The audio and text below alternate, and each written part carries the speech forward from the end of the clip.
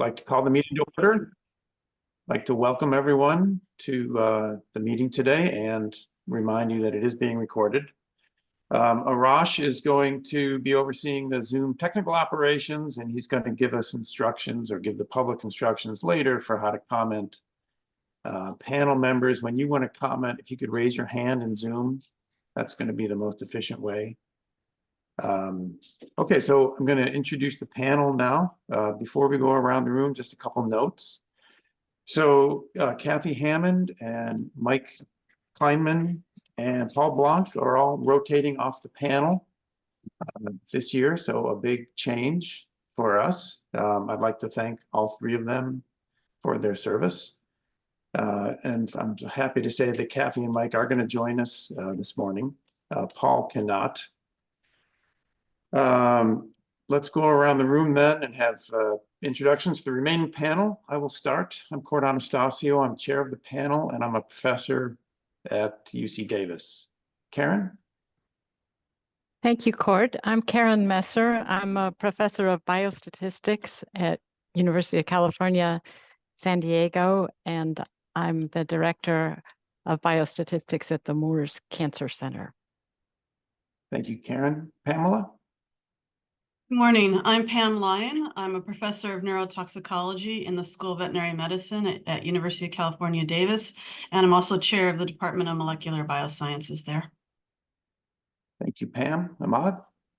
Good morning, everybody. I'm Ahmad Besaratinio. I'm a professor of population and public health sciences at the University of Southern California here in Los Angeles. Thank you, Ahmad. Beata? Yeah, I'm Beata Ritz. I'm a professor of epidemiology and environmental health, as well as neurology at UCLA. Former chair of epidemiology at UCLA and a member of the Center for Occupational and Environmental Health in Los Angeles. Thank you, Beata. And Joe? Hi, I'm Joe Landolf. I'm associate professor of molecular immunology, molecular microbiology and immunology and pathology, and a member of the USC Norris Comprehensive Cancer Center at the University of Southern California. Great. Thank you very much, Joe. As I mentioned earlier, I do expect Kathy and Mike to join us, but they're not here yet. But we have a quorum, so we'll get started. Two items to discuss today. The first is from OEHA. It's kind of an intermediate stage of cancer assessment for ethylene oxide, ETO. And then after that, we will have an item from OCAP, an informational update on the Community Air Protection Program. I'd like to remind the public that we're going to be accepting oral comments on both of these items. Arash is going to post the link to the portal in chat and show it on the screen at the end of each item when it's time to have public comment. And if anyone is in person at Cali, PA, they need to sign their name on the sheet. And those who want to provide comments virtually will have to raise their hand once we get to that. Arash is going to show the instructions before we get to, or at the beginning of the public comment period. So we won't see that now, but we'll see it later. Okay, so our first item is an informational item from OEHA on the scientific issues in the cancer risk assessment for ethylene oxide. OEHA released the draft updated cancer inhalation unit risk factor, or IUR, for ethylene oxide for public review on April 7th, 2023. The public review draft document can be found on the OEHA webpage. The draft was made available for public review and comments until June 14th of 2023. And then OEHA also held two public workshops on May 5th and 16th in 2023. Today, OEHA staff are going to make a presentation on the public review draft for the ethylene oxide IUR. They're going to discuss some of the issues that were raised in public comments, and they're going to discuss their draft approach for the revision. The panel is going to give feedback on the key scientific issues and input to OEHA for moving forward with this assessment. So this is not our typical IUR, right? This is not the finalized version. This is an interim version that we're going to give them feedback on the directions and things that they might want to consider, and then they'll make a complete version that we will then consider at our next meeting. So OEHA is going to revise this document based on our big picture comments, and they're going to revisit the IUR at our next meeting. So I would now like to introduce Dr. Kannan Krishnan, Chief of the Air and Site Assessment and Climate Indicators Branch of OEHA. Dr. Krishnan. Thank you. Good morning, all. I'm Kannan Krishnan, Chief of the Air and Site Assessment and Climate Indicators Branch, and we'll be making this presentation along with Dr. Rima Woods, Chief of the Air Toxicology and Risk Assessment Section at OEHA.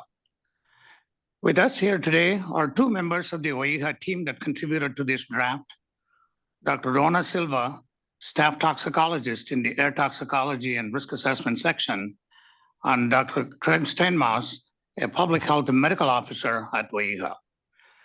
Additional OEHA authors and reviewers of the draft are here in the room or online via Zoom. At the outset, I would like to go over briefly our process for developing a health guidance value under the Hotspots program, with specific reference to the inhalation unit risk factor, or IUR, for ethylene oxide. OEHA released a public review draft in April 2023, and we have received public input through oral and written comments. During the public comment period, 2 workshops were held, one in Northern and one in Southern California. That's the second box here in this figure. And today, we will be presenting, as the chair already indicated, we'll be presenting the public review draft to SRP for your input. And we will also give you an overview of some of the issues raised in the public comments that we received thus far on the draft. So we're at the third box in this slide.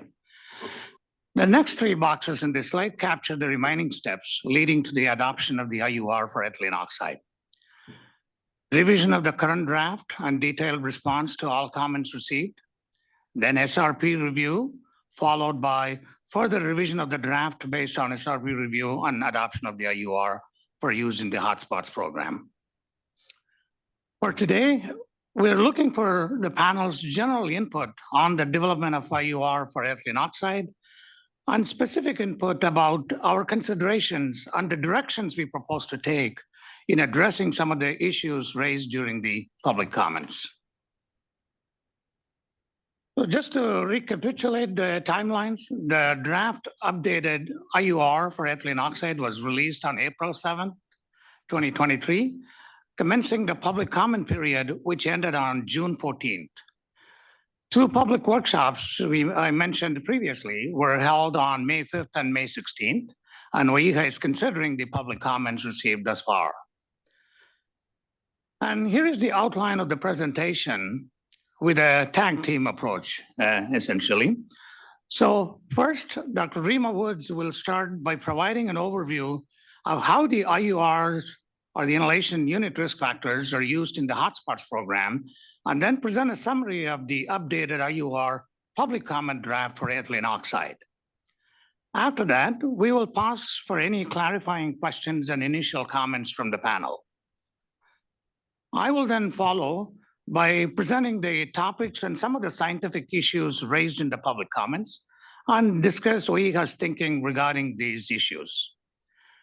I will conclude by referring to the next steps of the process and then turn it over to the panel for discussion and input to help move forward with this assessment.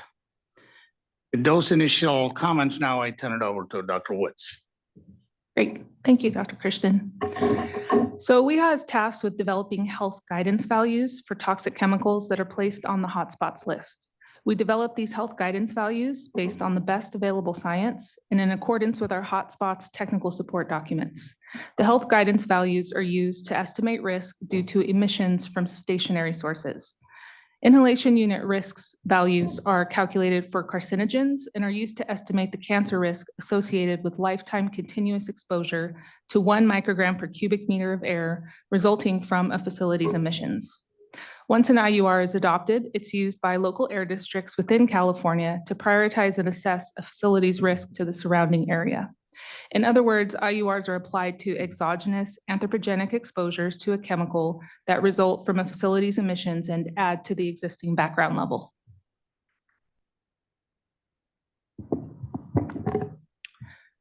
The draft document that we're discussing today is an update to the previous IUR value for ethylene oxide.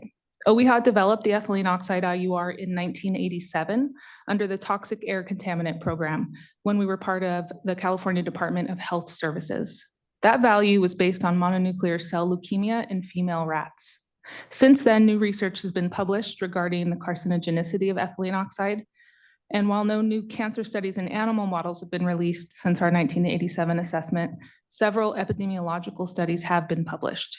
In 2016, US EPA released an updated cancer IUR value for ethylene oxide based on one of these epidemiological studies. OEHA chose to update the ethylene oxide IUR by leveraging the work already completed by US EPA and other health agencies. This approach was presented to the scientific review panel during their May 2022 meeting. The 2016 US EPA assessment exhaustively reviewed the available literature since 1987, and OEHA used that as a starting point for our update. We performed a focused systematic literature search to identify studies cited in US EPA's assessment, cited by other authoritative sources, or published since US EPA's 2016 assessment. We thoroughly evaluated US EPA's approach, models, and endpoints during our assessment, all of which I will cover in the upcoming slides.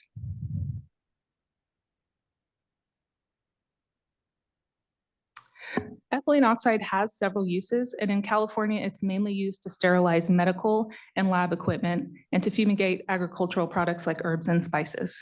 There are at least 34 permitted facilities that emit ethylene oxide throughout the state. Ethylene oxide emissions in pounds are reportable to the California Air Resources Board under the Hotspots program and at the national level through US EPA's Toxic Release Inventory program. In the South Coast Air Basin, background concentrations range from 0.02 to 0.17 parts per billion based on data from 2022 to 2023. And localized monitoring near 2 medical sterilizer facilities showed levels ranging from undetectable to as high as 103 and 139 parts per billion by volume. Ethylene oxide is found in ambient air, and the main source is an active area of research. Other sources of ethylene oxide include cigarette smoke and release from consumer products.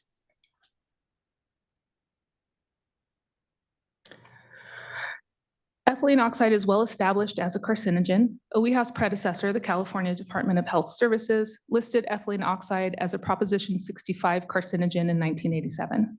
Ethylene oxide was classified as carcinogenic to humans in 2012 by the International Agency for Research on Cancer, or IARC, and in 2016 by US EPA.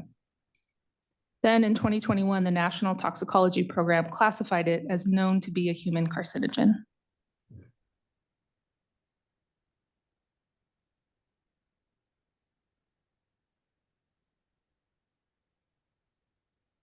Ethylene oxide is produced endogenously through ethylene metabolism in humans and other mammals. Ethylene production within living organisms occurs via enzyme or copper or iron catalyzed oxidative destruction of methionine or oxidation of hemoglobin. It also results from lipid peroxidation of fatty acids and metabolic activity of intestinal bacteria. These pathways are well characterized and known to contribute to ethylene production in the body.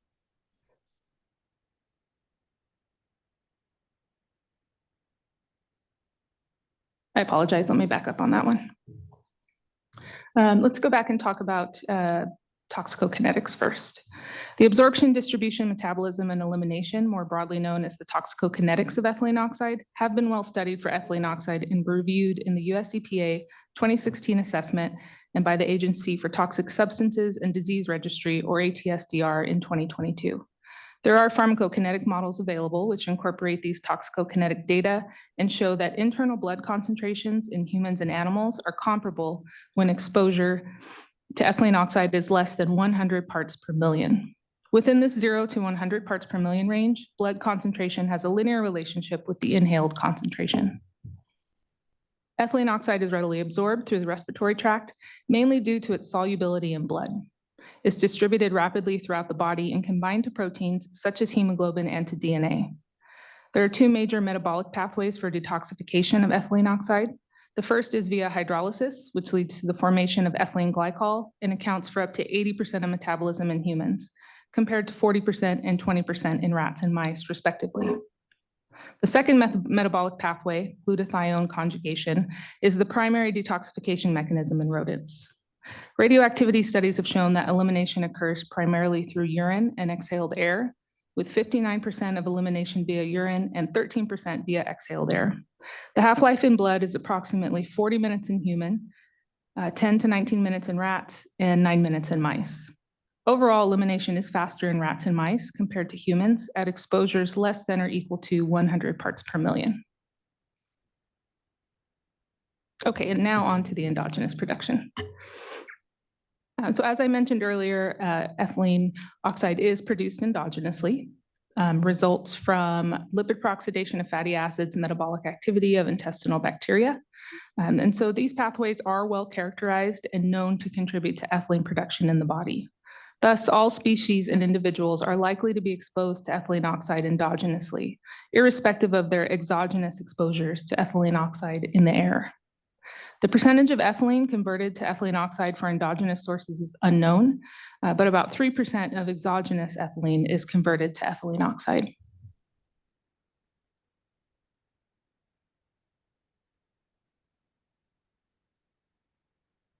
Genotoxicity studies of ethylene oxide have been extensively reviewed by OWIHA, US EPA, IARC, and ATSDR.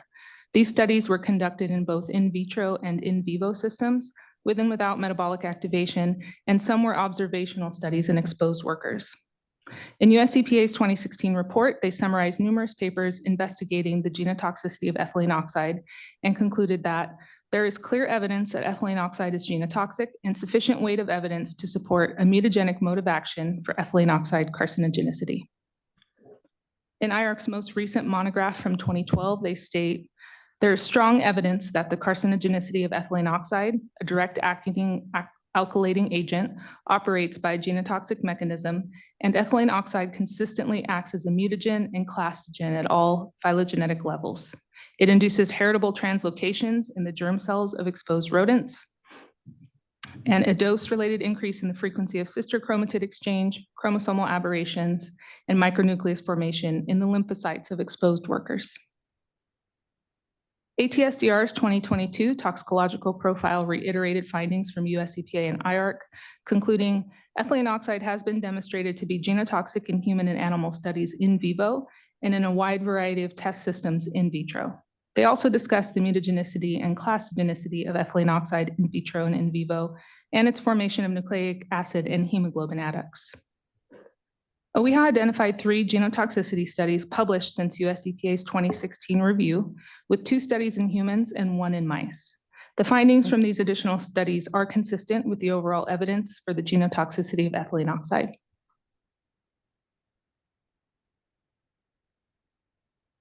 For the update to the cancer IUR for ethylene oxide, OWIHA reviewed and adapted US EPA's quantitative cancer risk assessment. This assessment used a human epidemiological study, which is preferable to an animal study in that it is more relevant and does not require interspecies extrapolation. Of the epidemiological studies reviewed by US EPA in their 2016 assessment, OWIHA agrees that the National Institute for Occupational Safety and Health, or NIOSH study, published by Steenland and colleagues in 2003 and 2004, is the best available study for conducting exposure response analysis. Overall, OWIHA found that of all the models evaluated, the 2-piece linear spline model selected by US EPA fit the underlying NIOSH data best.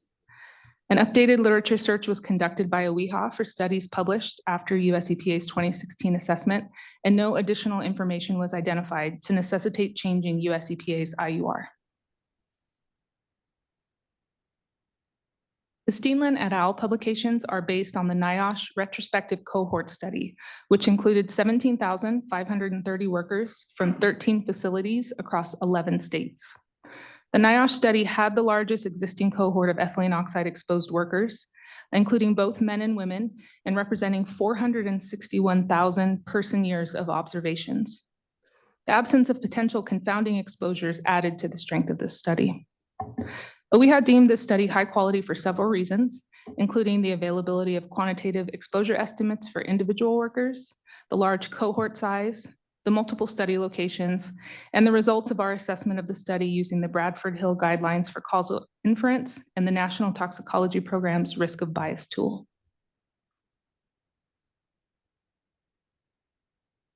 The workers included in the study were involved in sterilizing medical supplies, treating spices, and manufacturing and testing medical sterilizers. Mortality, including lymphohematopoietic cancer mortality, and in particular, mortality of lymphoid cancers, including non-Hodgkin lymphoma, myeloma, and lymphocytic leukemia, were assessed in males and females, as well as breast cancer incidence in females. The cohort included all employees who worked at one of the facilities for at least 3 months for mortality analyses and at least 12 months for breast cancer incidence analyses. Mortality and cancer and mortality follow-up was through December 31st, 1998, or the date of death, the day of diagnosis for breast cancer, or the date of loss to follow-up, whichever occurred earlier.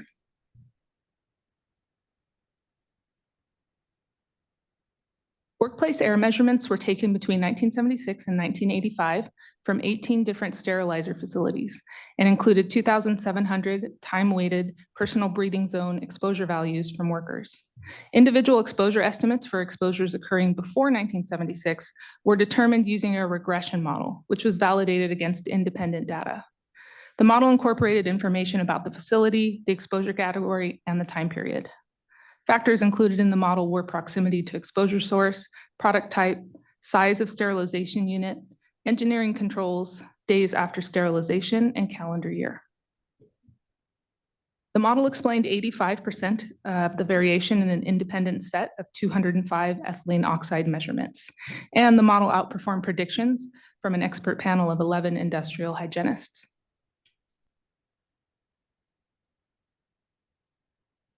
So the unit risk estimates developed by US EPA are for extra risk, so meaning the risk above background. For the calculation of extra risk, we would compare the lifetime risk of developing lymphoid or breast cancer in the exposed population to the lifetime risk of developing the same cancer in the unexposed population. It's the risk in the unexposed population that is considered background risk. These risk estimates are calculated using a life table analysis, which accounts for competing causes of death and the fact that baseline rates of lymphoid cancer can vary by age. The risks were calculated for continuous exposures from birth to age 85. Conversions were made to account for the differences likely to be seen between the occupational exposure estimates used in the NIOSH study and the environmental exposures that are expected to be seen in the general population. These included differences in the number of days, including 240 days per year for occupational exposure rather than 365 days per year, and differences in the average breathing rate by using 10 cubic meters per day for occupational exposures as compared to 20 cubic meters per day for the general population. For their assessment, US EPA worked with the NIOSH study authors to perform further analyses, including additional exposure response modeling of the NIOSH data. That work included performing linear and log linear exposure response modeling, weighted linear regressions of categorical data, and linear regression spline models. Spline models allow the slope to change at one or more points called knots along the exposure range. In addition, the analysis examined different lag periods and mathematical transformations of the exposure variables. Of all the models examined, US EPA determined that the two-piece linear regression spline model with a knot at 1600 ppm days provided the best biologically plausible fit to the NIOSH study data, especially in the lower exposure region using cumulative exposure and a 15-year exposure lag. OEHA used the publicly available categorical data to independently evaluate several exposure response models, included weighted linear regressions, weighted least squares regressions, and generalized least squares regressions. Overall, OWIHA found that none of the models provided a better fit to the study data than the two-piece linear spline model used by US EPA.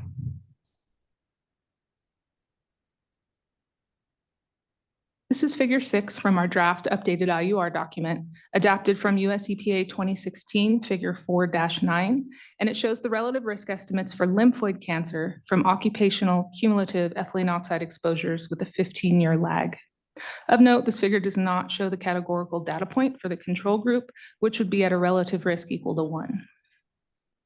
The two-piece linear spline model with the knot at 1600 ppm days is represented by the solid black line.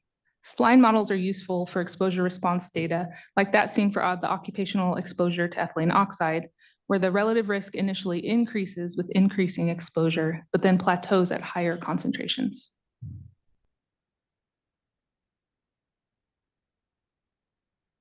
This figure is adapted from US EPA figure 4-3 and shows the same categorical data points and includes both the control group and an additional high exposure group at 40,000 ppm days. This figure shows the fit of some of the other models to the data. In this figure, the two-piece linear spline model with a knot at 1600 ppm days is shown by the red dashed line, or the 6th model up from the bottom. The other models give slopes that appear to dramatically over or under predict the actual study results, especially in the low dose range.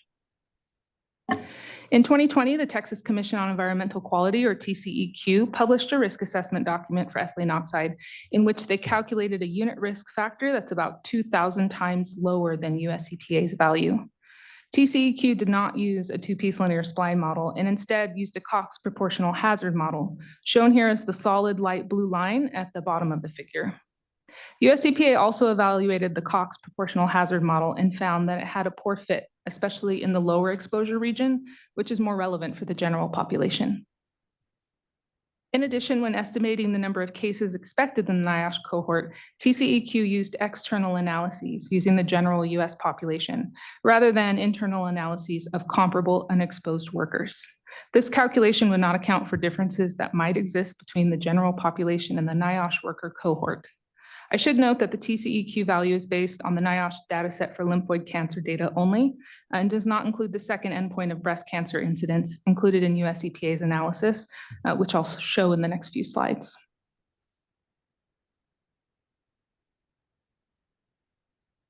The IUR was calculated as the lower 95% confidence limit of the exposure concentration corresponding to an extra risk of 1%, or the ECO1. This was done using a life table analysis, which accounts for the baseline rate of lymphoid cancers and the slope of the lower spline segment below the knot at 1600 ppm days. The analysis resulted in an LECO1 of 1.9 times 10 to the minus 3 per ppm and a cancer IUR for lymphoid cancer of 5.26 per ppm. OWIHA replicated the life table and IUR calculations and obtained the same results.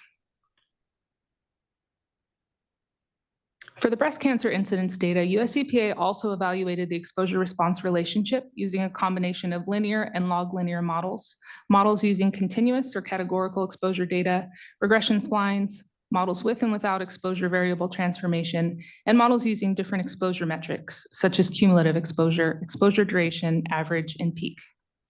US EPA selected the two-piece linear spline regression model with individual exposure data, cumulative exposure, a 15-year exposure lag, and a knot at 5,750 ppm days.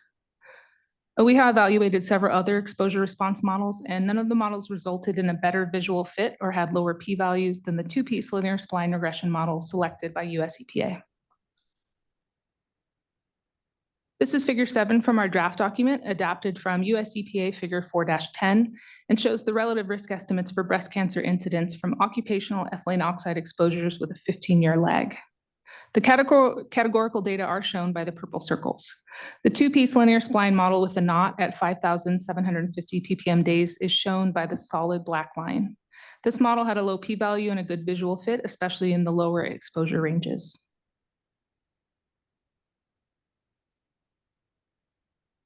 US EPA also applied the life table approach to breast cancer incidence to determine risk estimates. Again, the lower slope of the two-piece spline model was used to determine risk at lower exposures, as estimated by linear extrapolation of the lower 95% confidence limit of the exposure concentration corresponding to an extra risk of 1%. The slope of 8.98 times 10 to the minus 5 excess relative risk per ppm days was about 8 times lower than the corresponding slope for lymphoid cancer mortality. The LECO1 was 6.75 times 10 to the minus 3 ppm, and the IUR was calculated as 1.48 per ppm.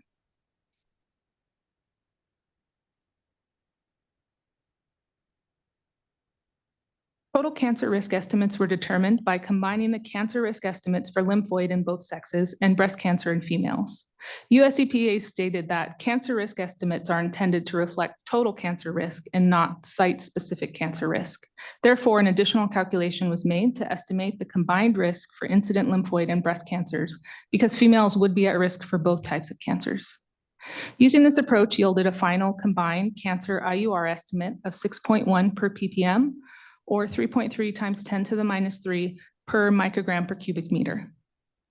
Lymphoid cancer contributed about 75 to 80% of the total, and this IUR value describes the excess cancer risk associated with inhalation of 1 microgram of ethylene oxide per cubic meter of air. The corresponding cancer slope factor, also known as the cancer potency factor, is calculated as shown by multiplying the IUR by the reference human body weight of 70 kilograms and a unit conversion factor, and then dividing by the reference human breathing rate of 20 cubic meters per day. This yields a cancer slope factor of 12 per milligrams per kilogram day. The IUR describes the excess cancer risk associated with exposure to 1 microgram of ethylene oxide per cubic meter of air, while the cancer slope factor describes the risk associated with exposure to 1 milligram of ethylene oxide per kilogram of body weight. Excess risk describes the risk above background risk. For the purposes of the Hotspots program, the IUR is meant to estimate risk associated with exposure to ethylene oxide resulting from facility emissions and does not describe the risk associated with endogenous or background exposures. So that concludes my part of today's presentation. So I'll turn it back to Dr. Krishnan to guide us through any clarifying questions or initial input from the panel on our draft document and to take us through the second part of our presentation.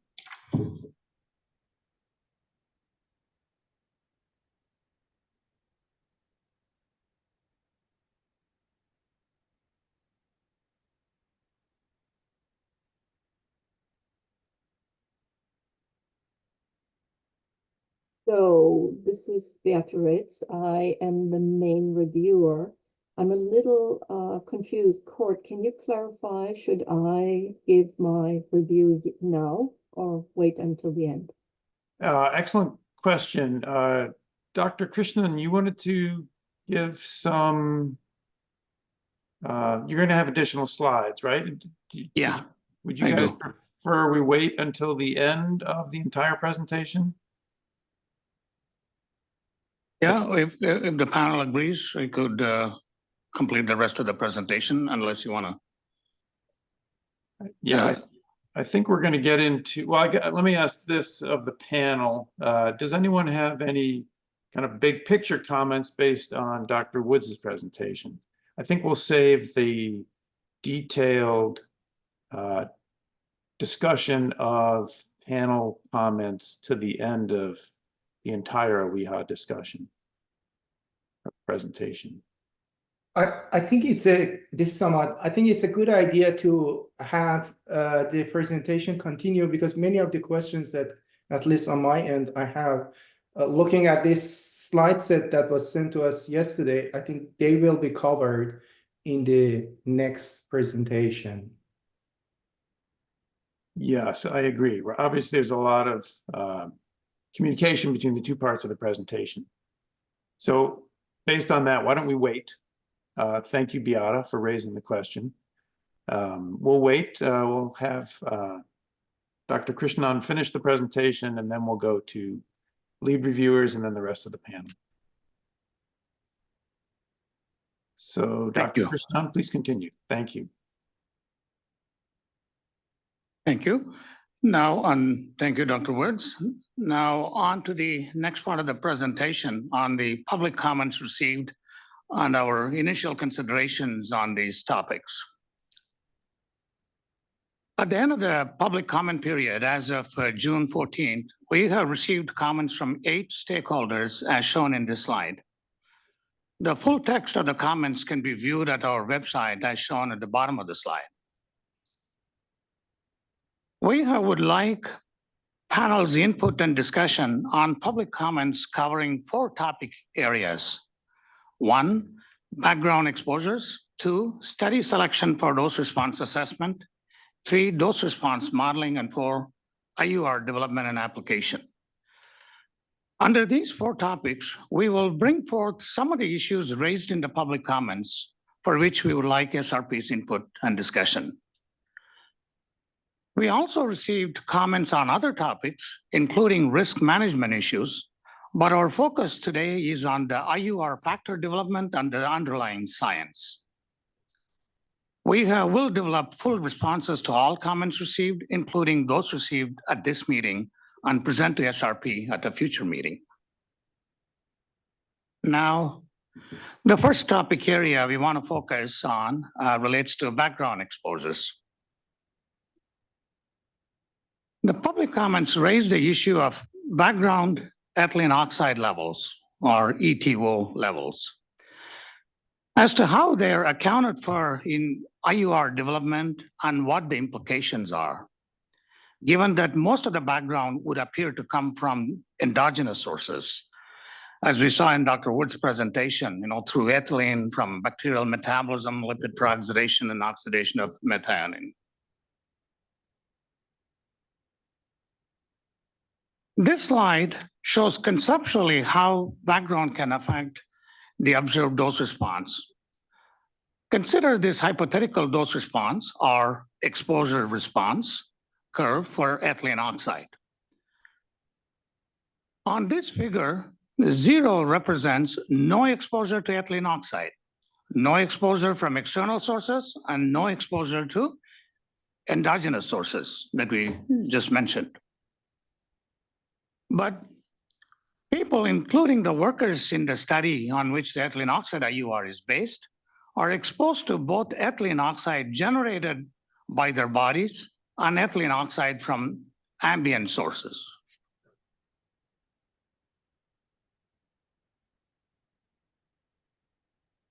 That has the effect of translating the axis on the dose response curve.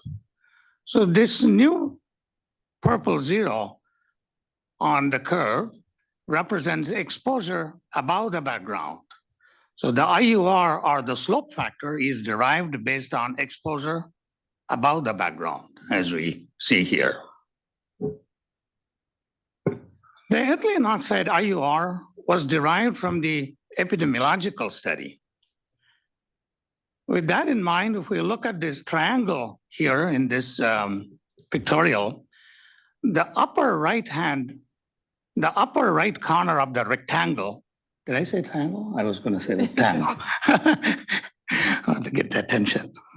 So looking at the rectangle here, the upper right corner of the rectangle, well, essentially on the x-axis, right, represents 0 occupational exposure and corresponding to 0 extra risk. That is a relative risk of 1. So an exposure value of 0 represented no workplace exposure above the background, and the relative risk of 1 represented no increase in risk above the background level in the referent exposure group. But the shape of the dose-response relationship in the region of background exposure to ethylene oxide, that is endogenous or ambient exposures in the occupational study, is unknown. That's what you see within the rectangle. So the shape there is essentially unknown, and there's a large uncertainty in this region. And OEHA doesn't recommend using the IUR to predict the cancer risk from background concentrations in this region. For calculating the additional risk related to facility emissions, it should be done on the basis of concentrations above the background. Now, let's see the broken dashed line above the rectangles there. So the broken dashed line above the background now represents exposure above the background and risk over the background.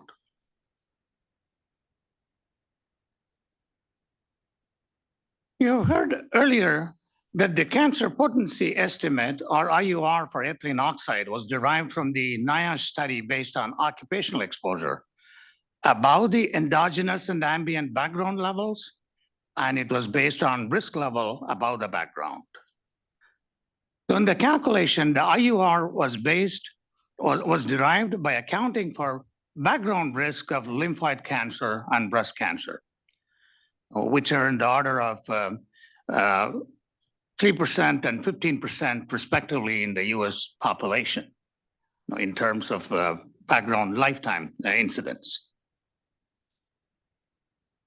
So we are thinking for modifying the draft IUR document along the lines of clarifying further that the IUR is based on risk above background and that it is for use in risk calculations for exposure concentrations above background resulting from facilities emissions.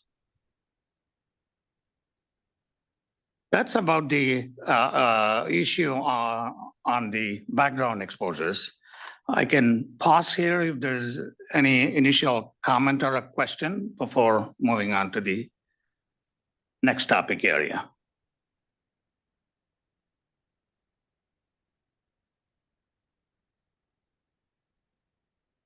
So this second topic area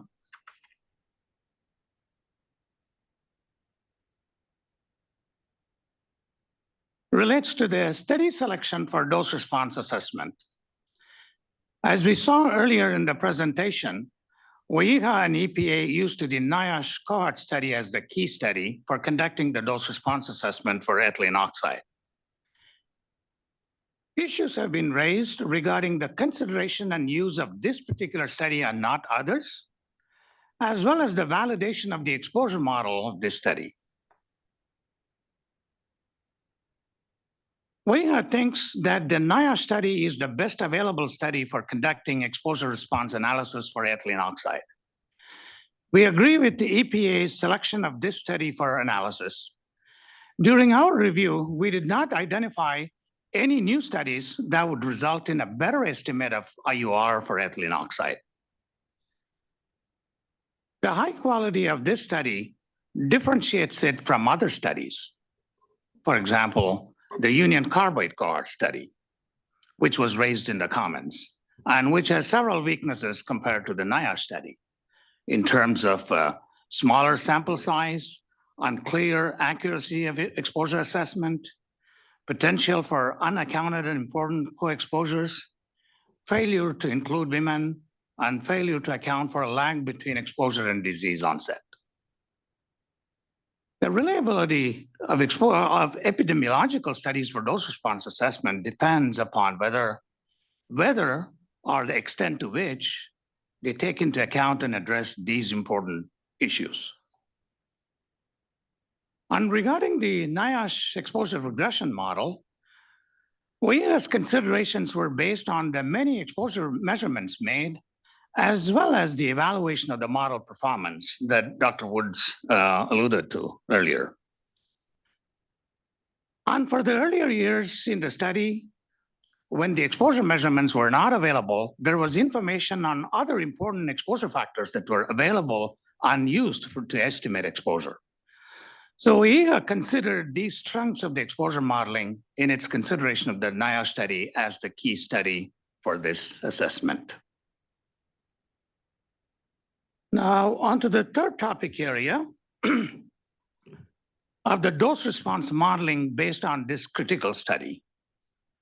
There were many comments covering three general areas: the model development, model selection, and model evaluation. As indicated earlier, we have concluded that US EPA's two-piece linear spline model provides the most appropriate and best fitting model for assessing the cancer risks of ethylene oxide. Issues were raised in public comments that focused on individual NIOSH study data not being available to conduct an independent evaluation, the use of categorical data to assess the model fit, and the two-piece spline model in terms of minor differences in calculating variance leading to small changes in p-values.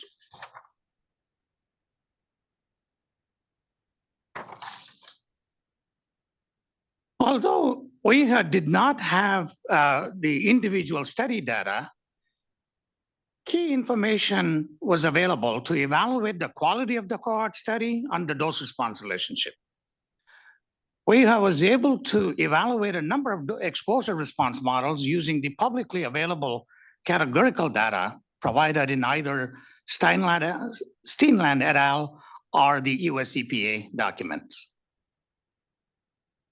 Further, we considers that the categorical data or results were calculated using long-standing and widely accepted methods. As such, they've been considered to be valid both by US EPA and OEHA. And on the topic of model selection, we have considered that the statistical approach used by the authors was based on widely accepted and appropriate methods. And the model selection was based on several considerations: evaluations of bias and causal inference, parsimony, biological plausibility, differences between higher and lower dose effects, p-value, as well as other statistical considerations.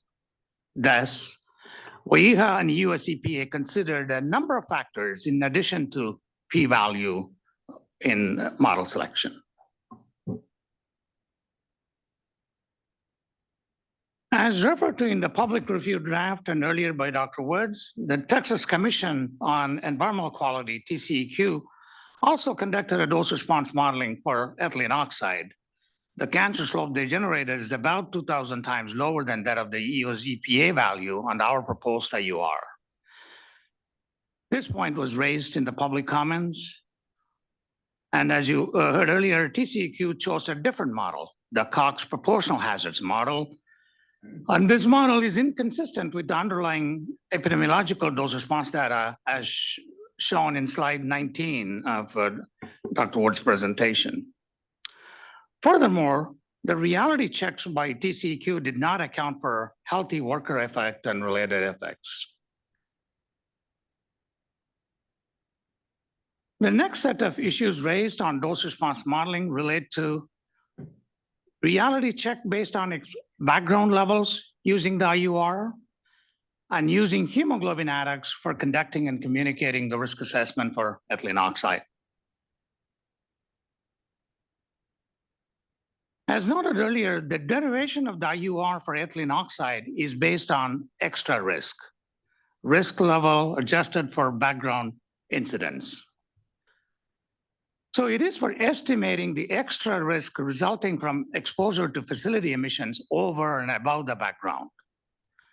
OEHA did not use the IUR-based extra risk to calculate the background risk to do a reality check, especially for endogenous levels of ethylene oxide.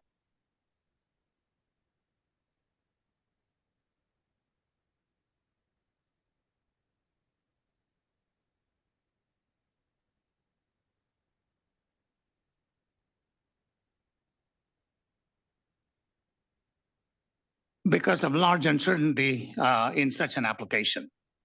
So I intended this figure to show that, the IUR is based on extra risk, and doing a reality check, based on that IUR based on extra risk to interpret endogenous levels of ethylene oxide is something that OEHA did not do because of large uncertainty in such an application.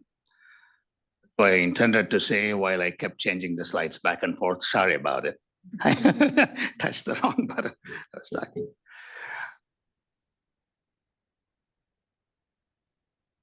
And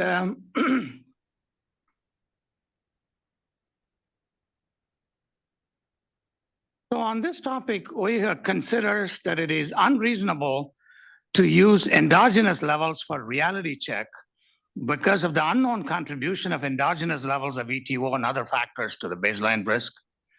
And the IUR is for calculating cancer risk above the baseline and for ETO exposures above the background.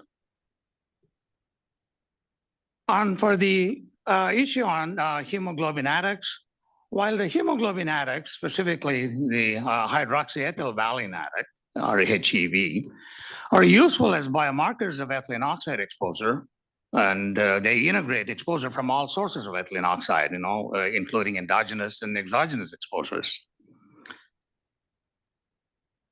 But due to the paucity of data on the relationship with the relevant internal dose metric for carcinogenicity, it makes them a limiting factor for use in dose response assessment and risk assessment. The next set of issues raised in comments on dose response relate to mechanistic considerations. So you see two here.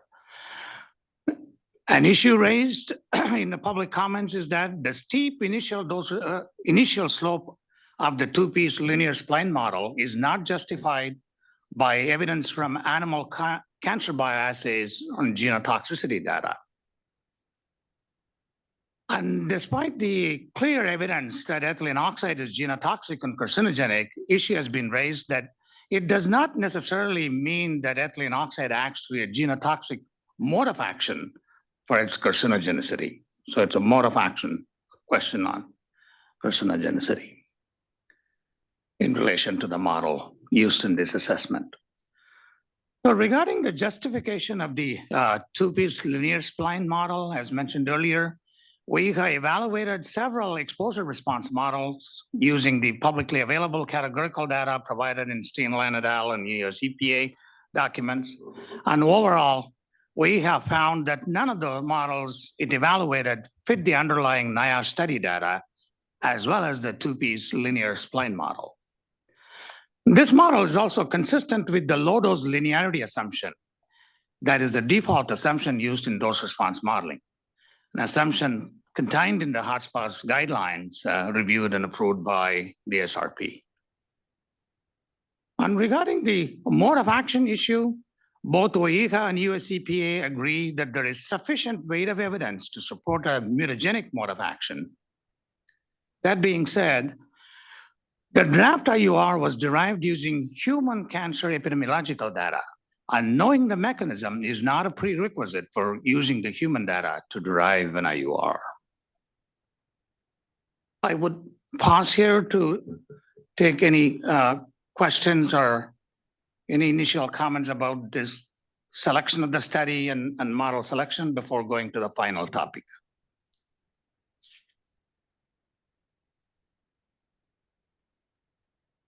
The fourth and final topic covered by the public comments, as we present here, relate to IUR development and application. We have received comments regarding the selection of the IUR value after the dose response modeling conducted by EPA.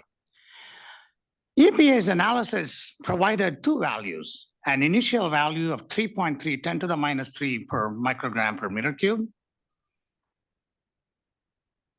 based on consideration of age independence of relative risks in the analysis. And that was used in OEHA's public review draft. And then there was a recalculated value of 3 10 to the minus 3 in EPA's document, which is 10% lower. It's a recalculated value, which is compatible with the application of age-specific factors. While the first one assumed risk being independent of age, the second one accommodated the early life susceptibility. And we now believe that the final EPA number of 3 10 to the minus 3 microgram per meter cube is the appropriate value to use. This is because this number can be used directly with the Air Resources Board's HARP, the Hotspots Analysis Software Program, within which age sensitivity factors are integrated for conducting facility health risk assessments. An issue raised during the public comments under this area is that there's a difference in the cancer risk estimates using the hotspots methodology versus EPA's risk estimates for ethylene oxide. But this is not an ethylene oxide specific issue as we looked into it. And it really related to the calculation methodology, one being based on air concentration and the other being based on inhaled dose. The inhaled dose calculation takes into account not only the exposure concentration, but also age-specific inhalation rate and body weight, as done under the hotspots methodology. And this methodology has previously been reviewed by the SRP. And as I mentioned, the outcome based on a calculation based on directly the concentration or the one based on dose accounting for inhalation and body weight is not specific to ethylene oxide. So with that, we look forward to the panel discussion and input on the initial, on the public review draft on these four issues or topic areas that I presented. And any additional thoughts, including thoughts about further clarification of the use of IUR under the hotspots program in this document on ethylene oxide. And before I turn it over to you, Chairman Anastasio, I briefly want to go over the next steps, if you would permit me to do so. Yes, please go ahead. So after the meeting today, we will continue to consider and develop written responses to public comments received so far and at this meeting. We'll revise the draft in consideration of these public comments on the SRP's input at this meeting. And then we will bring the revised draft to SRP for review at a future meeting. Thank you. Great. Thank you, Dr. Krishnan. Thank you, Dr. Woods. Let's start with our lead reviewers. Beata, would you like to go first? Yeah.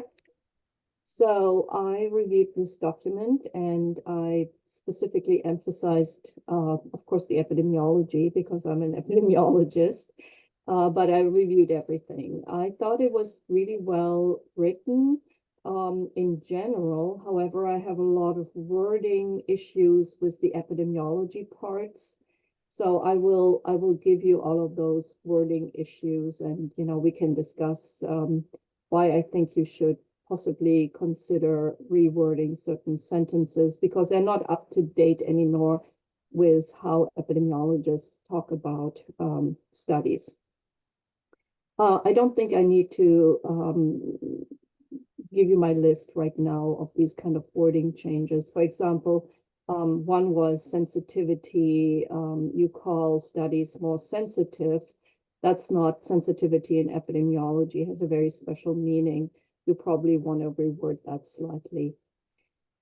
Generally, I think the epidemiology is actually quite strong in a sense that this NIOSH study was extremely valuable and a strong study. So I went back to the original study, read it in detail, and came up with my own evaluation. And I, as an occupational and environmental epidemiologist, I have to say I've rarely ever seen such a great piece of work in a human study, especially when it comes to the exposure assessment with so many measurements, the regression analysis they used in order to determine individual level exposures for all of these workers, but also the analysis that tried a lot of different lagging methods. And in general, the way how critical and self-critical the writers of this study actually were in terms of trying to go down every road to find out whether there's bias. So I think the NIOSH study is really the strongest study of the bunch, but it's also in general really a strong study. And I completely agree with using that study for the IUR development. In terms of the slope that was used, the spline models are very common in epidemiology. Every time my students come with a dose response, we start with categories, and then I say, well, why don't you try a spline model? Because they are, quite strong in identifying these different slopes at different levels of exposure. And this is not unusual that you're not just using one parameter when you don't have enough data for a completely non-parametric estimation, that you're using a spline model and that you're getting a result like this. Actually, I have done radiation studies before, and there's a very good example where carcinogenicity of alpha radiation has a very steep slope in the beginning, and then the cell killing starts.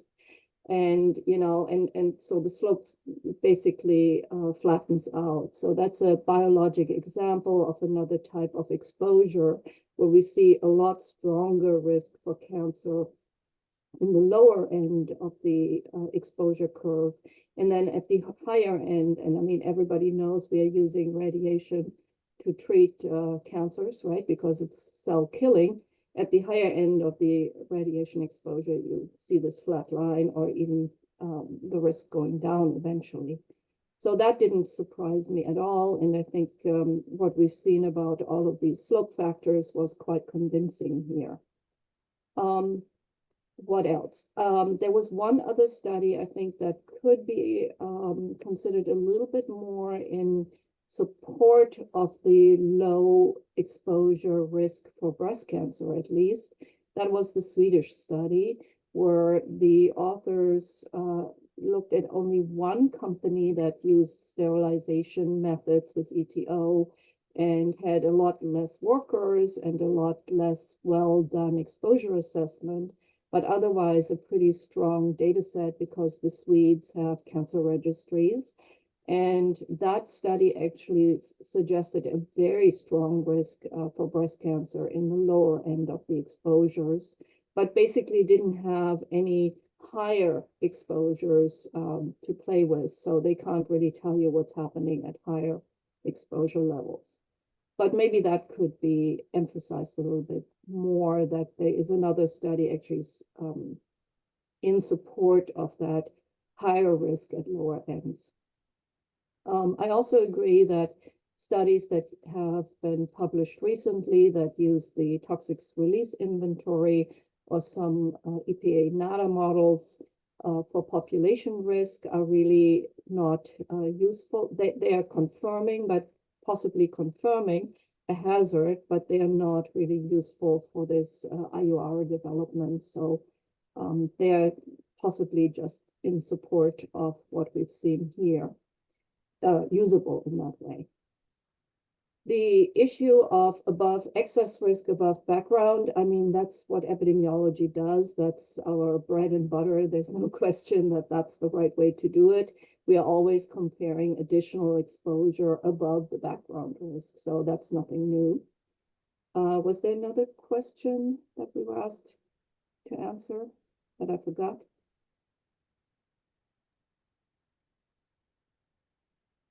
Dr. Krishna, maybe you could share your last slide again that had the issues you wanted to discuss.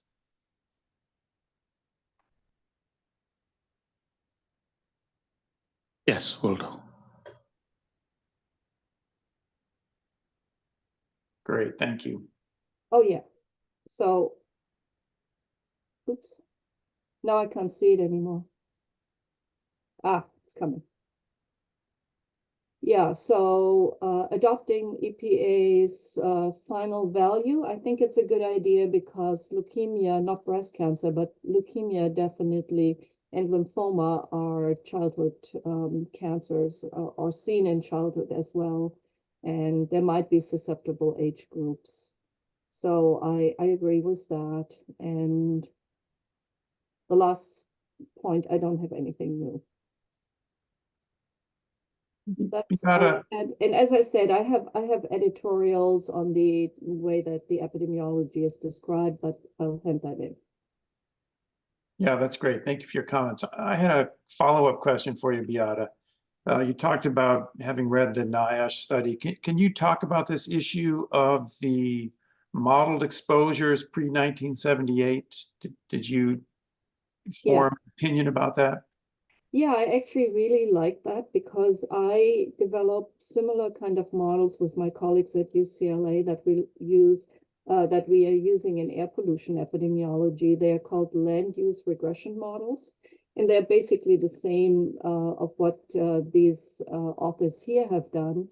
What you do is you use everything you know about features in the workplace or in the environment that contribute to exposure. So in case of, for example, air pollution, that would be how many cars go down a road, what the land use is of that part of the area that you're trying to evaluate air pollution, in what, you know, how what the fleet composition is, whether they are trees, etc., etc.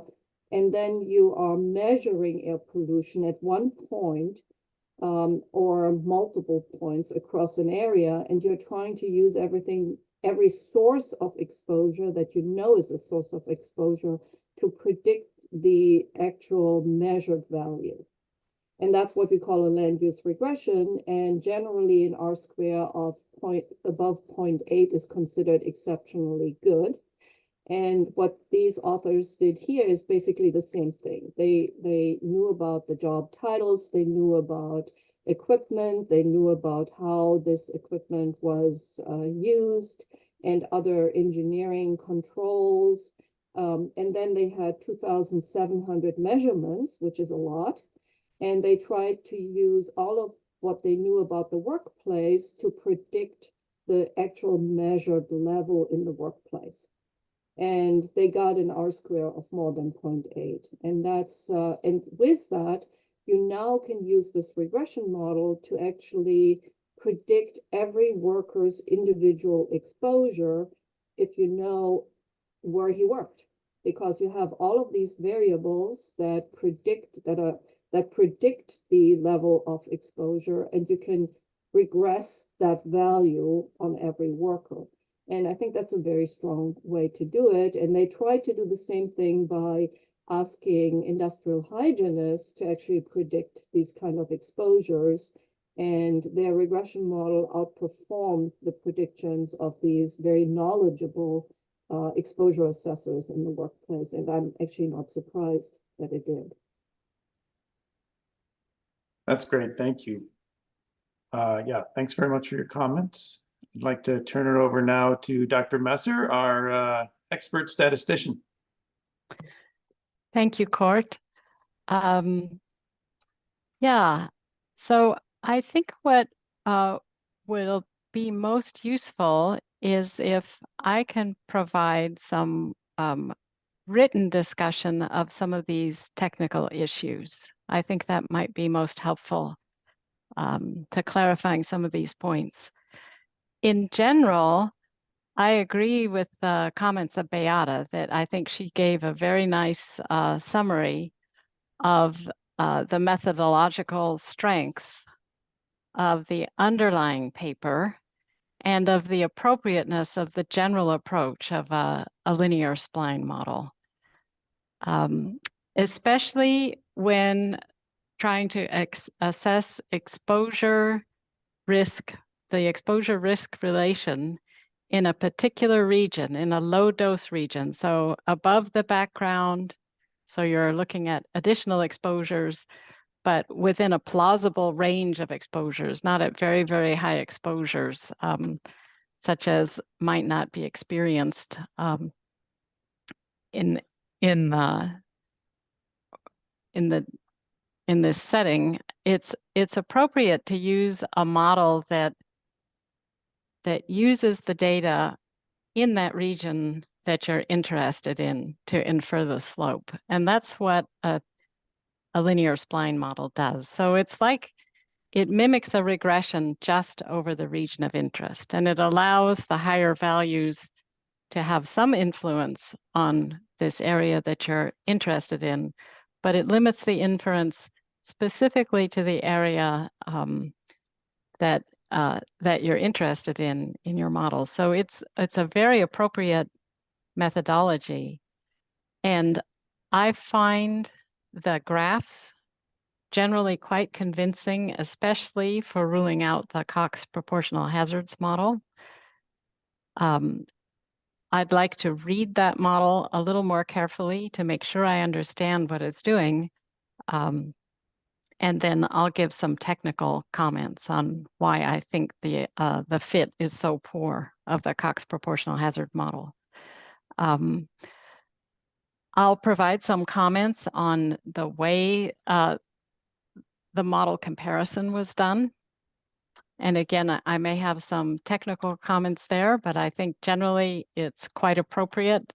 And generally there's a clear lack of fit of many of those models. But I may have some suggestions for how to conduct that kind of model comparison assessment. I agree with the main approaches: assessing bias, considerations of causal inference, biological plausibility, parsimony. Those are all valid, and then the basic assessment of fit to the data. I'd like to read the technical public comments. I understand there were comments on how the variance was calculated and other technical comments. So I'll read those comments and provide a technical response to them. But generally, this looks like a high quality approach based on, as Beata pointed out, based on high quality data. Thank you, Karen. I know you want to get into more detail in your written comments, but can you give us a summary of why the Cox proportional hazard model isn't a good fit? My guess is because the underlying hazard is modeled as a completely linear hazard. My guess is that's what they did. You can use a two-piece linear spline model to model the hazard in a Cox regression, and likely that would have been more appropriate, and likely that's not what was done. So that's what I'd like to just double check. You know, I think a Cox proportional hazards model, I have to see the specifics of how they applied it, but that model itself might be quite appropriate. It's just they didn't model the risk appropriately. They probably used just a linear regression, which, as we've seen from the other models presented, doesn't fit the data very well. So I think that's what's going on. Okay. Thank you. Any other comments?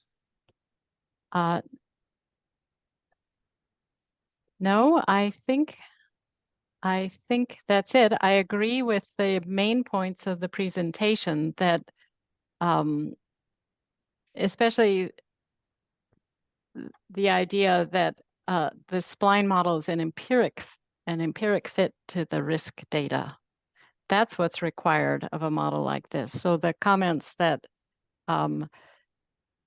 there's not a mechanistic support for that particular kink, I don't think that's necessary. It's an empirical fit to the risk that's important here.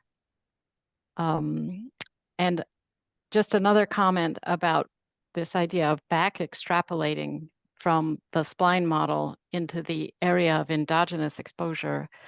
I agree with the comments by OEHA that that would not be an appropriate use of this model that was developed exclusively on the excess risk data.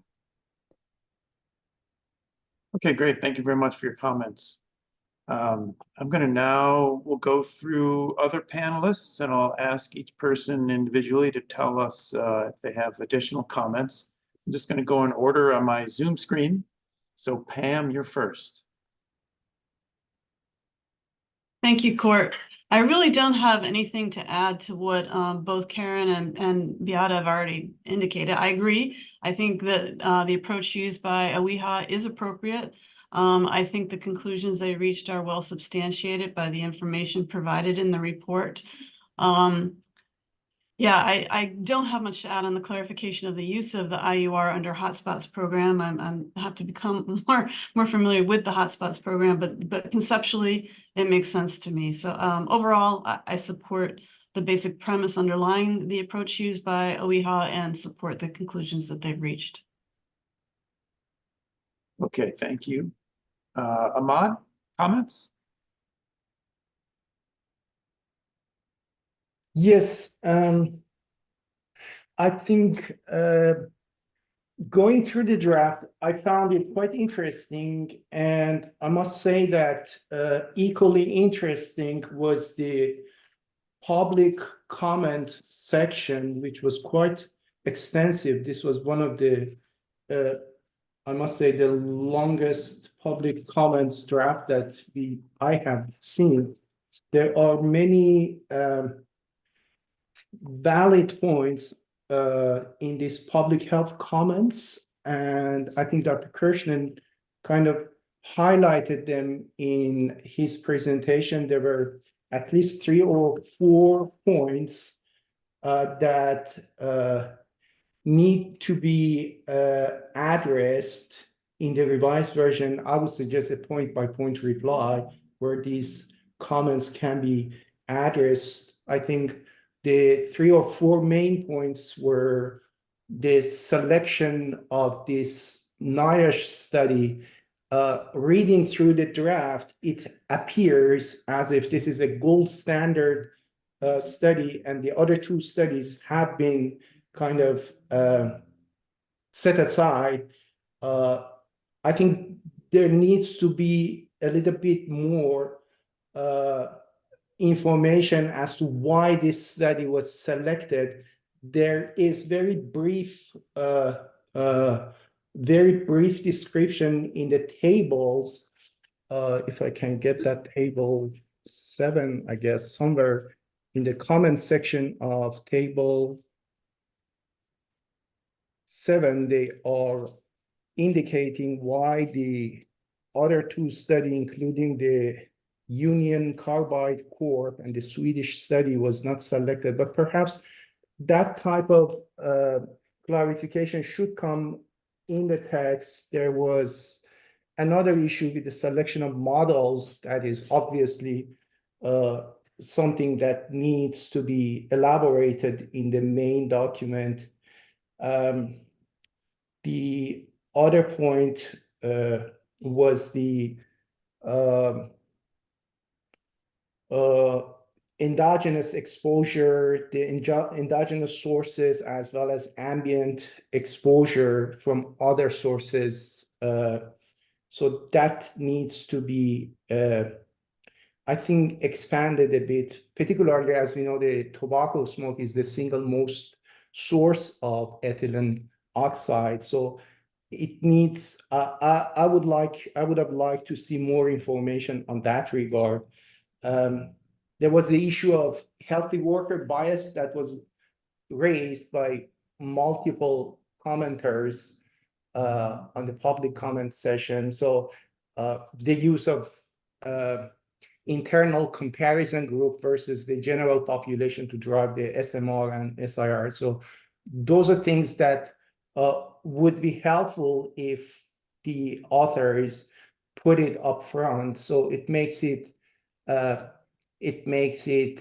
more comprehensive, the draft itself, as well as somehow even-handed. The way that it is, it reads right now, it gives the impression that it's a done deal. NIOSH study is the gold standard. Model is the one that needs to be used because EPA used it. So I would have liked to have a bit more discussion on that in the draft itself. But other than that, I agree with both Beata and Karen. The main points are highlighted in the draft. I agree with them. It's just some clarification and expansion of the draft itself. Thank you. Thank you, Ahmad. Kathy, comments? Yes, thank you. I have no further comments. I think it was a very good job, and I thank the presenters. And also my fellow SRP members for their excellent comments. Thank you, Kathy. Joe, to you. Yeah, I've gone over it a number of times. I want to put some more time into finalizing my opinions. There was a comment, I think it was by the public, that even though ethylene oxide is a mutagen, that doesn't mean how it causes carcinogenesis is via mutagenesis. I would kind of take the opposite opinion. It's a hell of a mutagen. It's been demonstrated in many systems. That doesn't mean that conclusively settles this by any means, but I'd like to see more data, see actually some data that it could act by a non-mutagenic mechanism before I could accept the way that was written. So I think that should be changed a little bit. I would say maybe the presumption right now, the hypothesis that ethylene oxide is a known strong mutagen, and that this might be the way or one of the ways that it causes carcinogenesis. I kind of take a tack like that.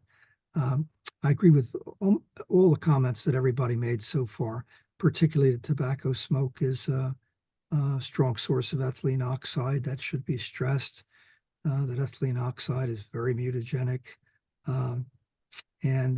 Let's see what else. I like the dose response modeling. That was very illustrative with the spline curves and all. And I agree with all that. And the data on breast cancer is very important. I'd like to see a table maybe at the end when you finish this, what's going to be a pretty huge document of the IURs for, for breast cancer, the leukemias, anything else that it is thought to be carcinogenic for in a summary at the end of the document. And I was very impressed by these line spline models too, and their ability to predict, explain the data. Want to go over the draft document with a fine-tooth comb and finish my comments and give them to you. And I agree with Ahmed. I think this first draft is very, very interesting. So I like the writing in general. I'm sure it can be spiffed up a little bit, but it's pretty clear. I have no trouble reading this document and understanding it. It's a very well-written document, very nice document, very clear. Thank you, Joe. So I have some comments, but we're scheduled for a break at 11, and I think it's going to take more than 10 minutes for my comments. So I'd like to take our break now. We'll take a 10-minute break from 10:52 to 11:02, and then we will reassemble, and I'll have my comments, and then we'll get responses from OEHA. All right, so we'll see you in 10 minutes. Great. Okay. I'll stop the meeting and then we will continue back at 11:02. Just as a reminder that the material is available online on our event calendar page. I put the link in the chat at the beginning of the meeting. I will do so again after the break. Thank you.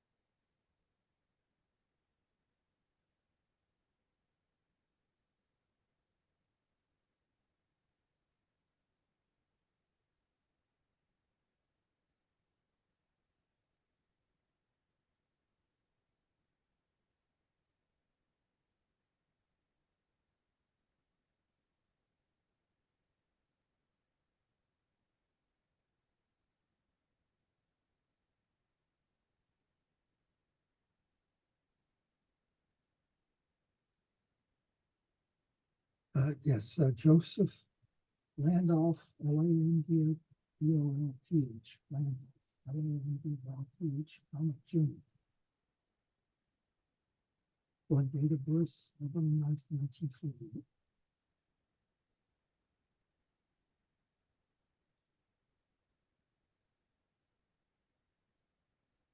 Yeah, this.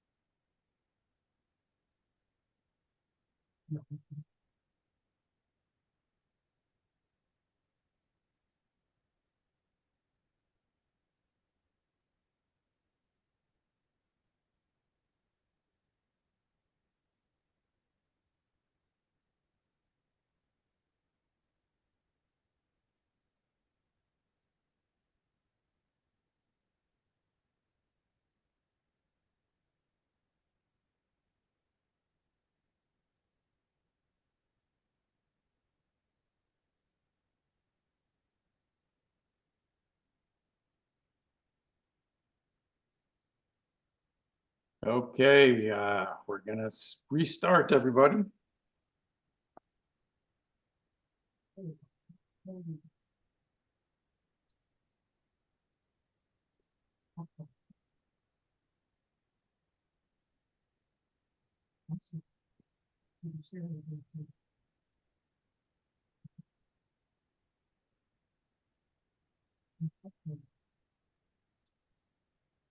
Gonna wait- Excuse me, I'm gonna wait for Joe and Karen to return. Thank you. Bye-bye.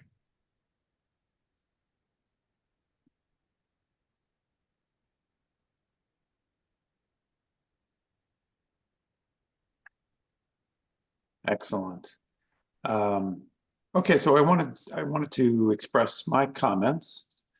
The first one was that, we talked about this model of leveraging information from other agencies like EPA in the development of health guidance values, with the hope that it would save time. And I'm just wondering, for Dr. Woods and Dr. Krishnan, did it save significant amounts of time?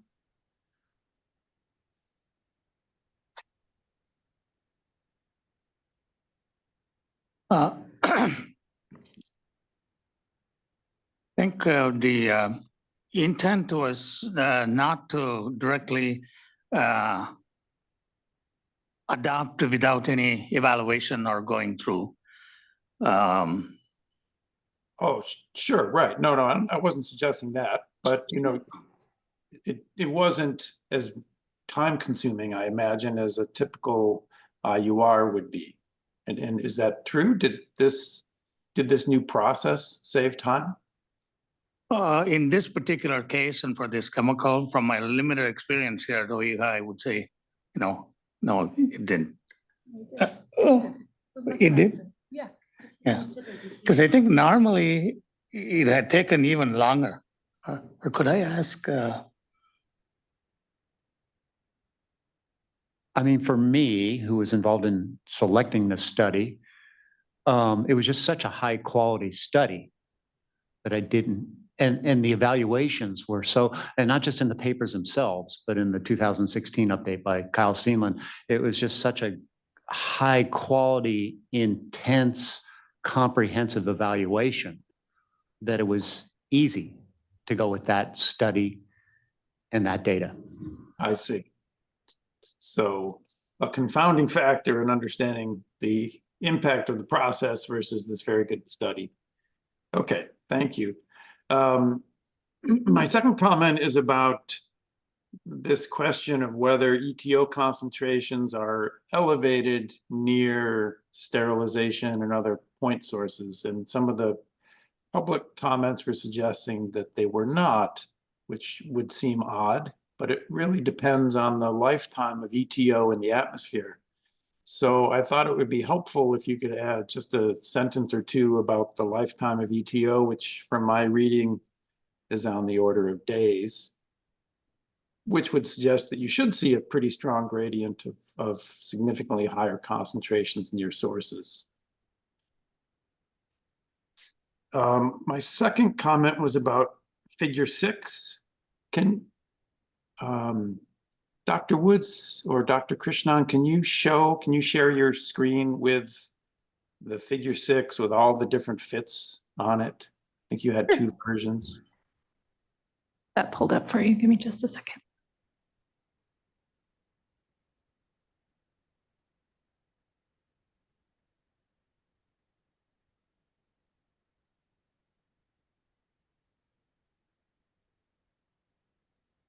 Yeah, and actually the next one, let's look at the super busy one. Yeah. So first comment is, this is categorical data. The individual data you mentioned is not available. I understand it's thousands of data points, but that's not available. Well, we probably could have asked for it. Steenland makes a comment in his 2016 evaluation that he no longer had access to it because he wasn't at NIOSH anymore. So I suspect it would have been very difficult, if not impossible, to get.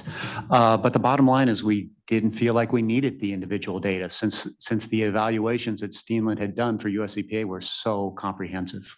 I see. I'm not familiar with using categorical data. I'm not a statistician, but is there generally no expression of variability on categorical data? Like I would, if my group was showing me data, I would expect error bars.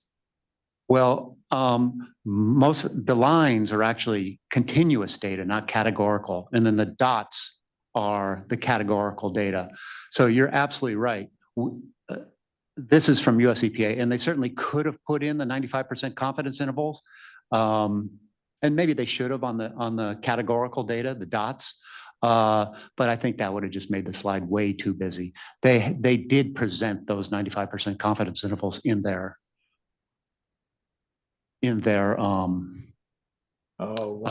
report. Yeah. So I got a note that I should introduce myself. So I'm Craig Stymos. I'm an epidemiologist and physician at OEHA. Craig, thank you for introducing yourself and thank you for your responses.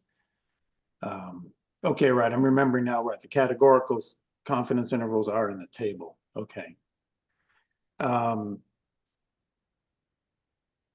I'd like to try to understand better this 2,000-fold difference in the WEHA IUR and the Texas CEQ IUR. Was the slide that has the TCEQ fit is one of those blue lines at the bottom. Yeah, that's correct. It's the lowest line was the same model that the TCEQ used. Okay.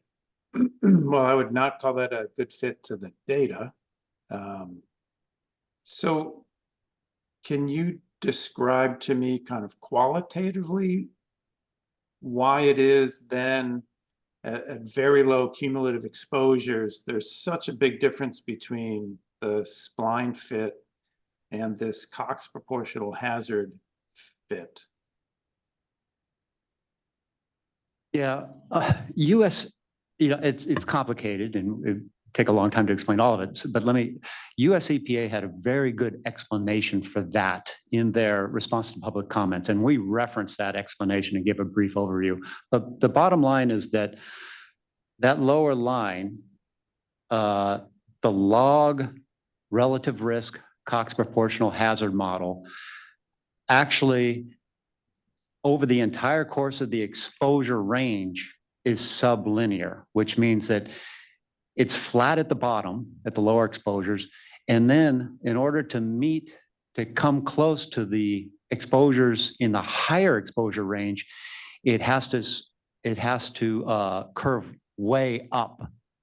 So that curve, that sublinear curve, makes it low in the lower exposure ranges, which are what we're seeing here in this figure. So that's why that blue line is so low, and it's much different than the categorical data points and much different than the spline model. It's because of that eventual supralinear aspect. Again, you can't see it here, but at the higher exposure doses, it starts curving. It has to curve way up to meet those higher exposure doses. I see. So this is EPA data. You don't have access to this data? We don't have access to the individual data, the data points on every single individual in the study. And, it's not just that, NIOSH might not want to give it to us. It's also, privacy concerns. I've done a number of studies and US EPA has asked for my data, and it has taken me a year or two to get our ethics board at UC Berkeley to approve it. So because of personal confidentiality issues. So there's difficulties in getting individual data. But again, like I said before, we didn't feel like we needed it. No, sorry, I wasn't talking about the individual data here. I was talking about the parameters for these regression. Yeah. We have the regression coefficients and the 90 and 95% confidence intervals on all these. Yeah, it's all in the US EPA document. Let me suggest that it might be helpful to show the data either with a blow up of the very low cumulative exposure range, so you can see the difference between the Cox proportional hazard fit, which sounds quite poor in that relevant range, or to show the data, not the data and the fits primarily, on a log scale. Just something to show the difference in the cumulative exposure range that actually matters for environmental exposures, right? Because those are way close to the origin, right? Yeah, that'd be correct. Yep. So being able to, at least for me, being able to understand why this 2,000-fold difference in the IURs really hinges on what's happening close to the origin, or at least very low cumulative exposure levels. Yeah, and you can't see it on this graph because the blue line obviously at the lower exposure ranges below 5,000 obviously is much less steep than that dotted red line. So, but you make a pretty good point. Maybe we could focus more on that lower exposure region to really show the difference. Right. And you got a factor of 2,000 difference, so you almost have to use a log scale to really have that come out.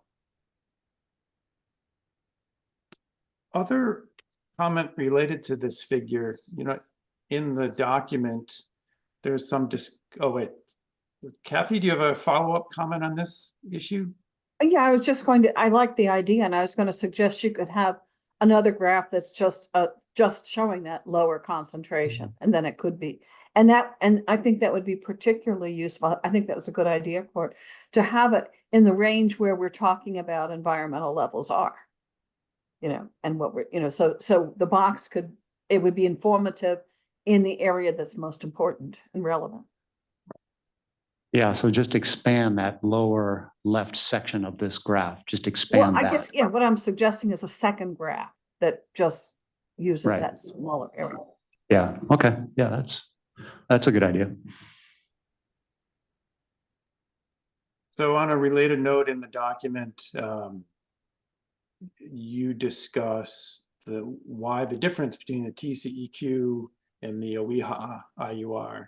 And the first point is, well, TCEQ didn't consider breast cancer, which I agree is an important point, but it's a pretty small factor compared to this factor of 2000, right? Since breast cancer was responsible for less than half of the incidence of cancer, well, that's going to be no more than a factor of 2 on the IUR, I think. So you had another reason why, I think it was fit was another reason. My suggestion is put the reasons for the difference between TCEQ and OEHA in rough order of their importance in terms of explaining this factor of 2000. And it seems like the fit is the biggest issue. And so I think that needs to go first, and I think it needs more discussion. And so this new figure of blowing up the low cumulative exposure data range would help in that description.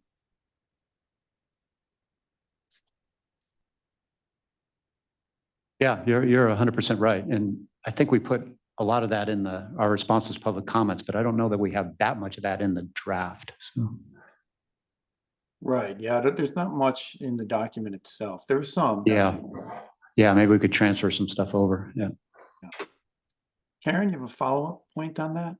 Yeah, just that I agree. It's surprising that, if this is an accurate representation of how the TECQ value was developed, it's very surprising that a model that fit this poorly was used. So in the Texas document. So I may go back and look at that Texas document a little bit to try to understand how they could have developed a model that fit this poorly. Yeah, Yeah, I'm really interested in your input. I think it's just another of the many, many, many examples of, when you base things solely on a p-value or an AIC score, how it can lead you to some major mistakes. But I'm very interested in your opinion on this. Yeah. And then just a word of caution, if we blow up that lower left-hand corner, I like the idea of putting the y-axis perhaps on a log scale here in this graph. If you concentrate on the low exposure region of the x-axis, I wouldn't go so far as to exclude those first 3 data points because they're driving the models. The first 3 non-zero exposure. Yeah, those first 3 purple categorical data points. Yeah. Got it. The observed data. Yes, the observed data, not the modeled fits. But if you blow this up, it's still helpful to include the observed data. Yeah. I probably shouldn't say this, but I just got to thank you so much for saying that observed data, because that was another point that was in the public comments. And I agree with you 100%. Those are the observed data points.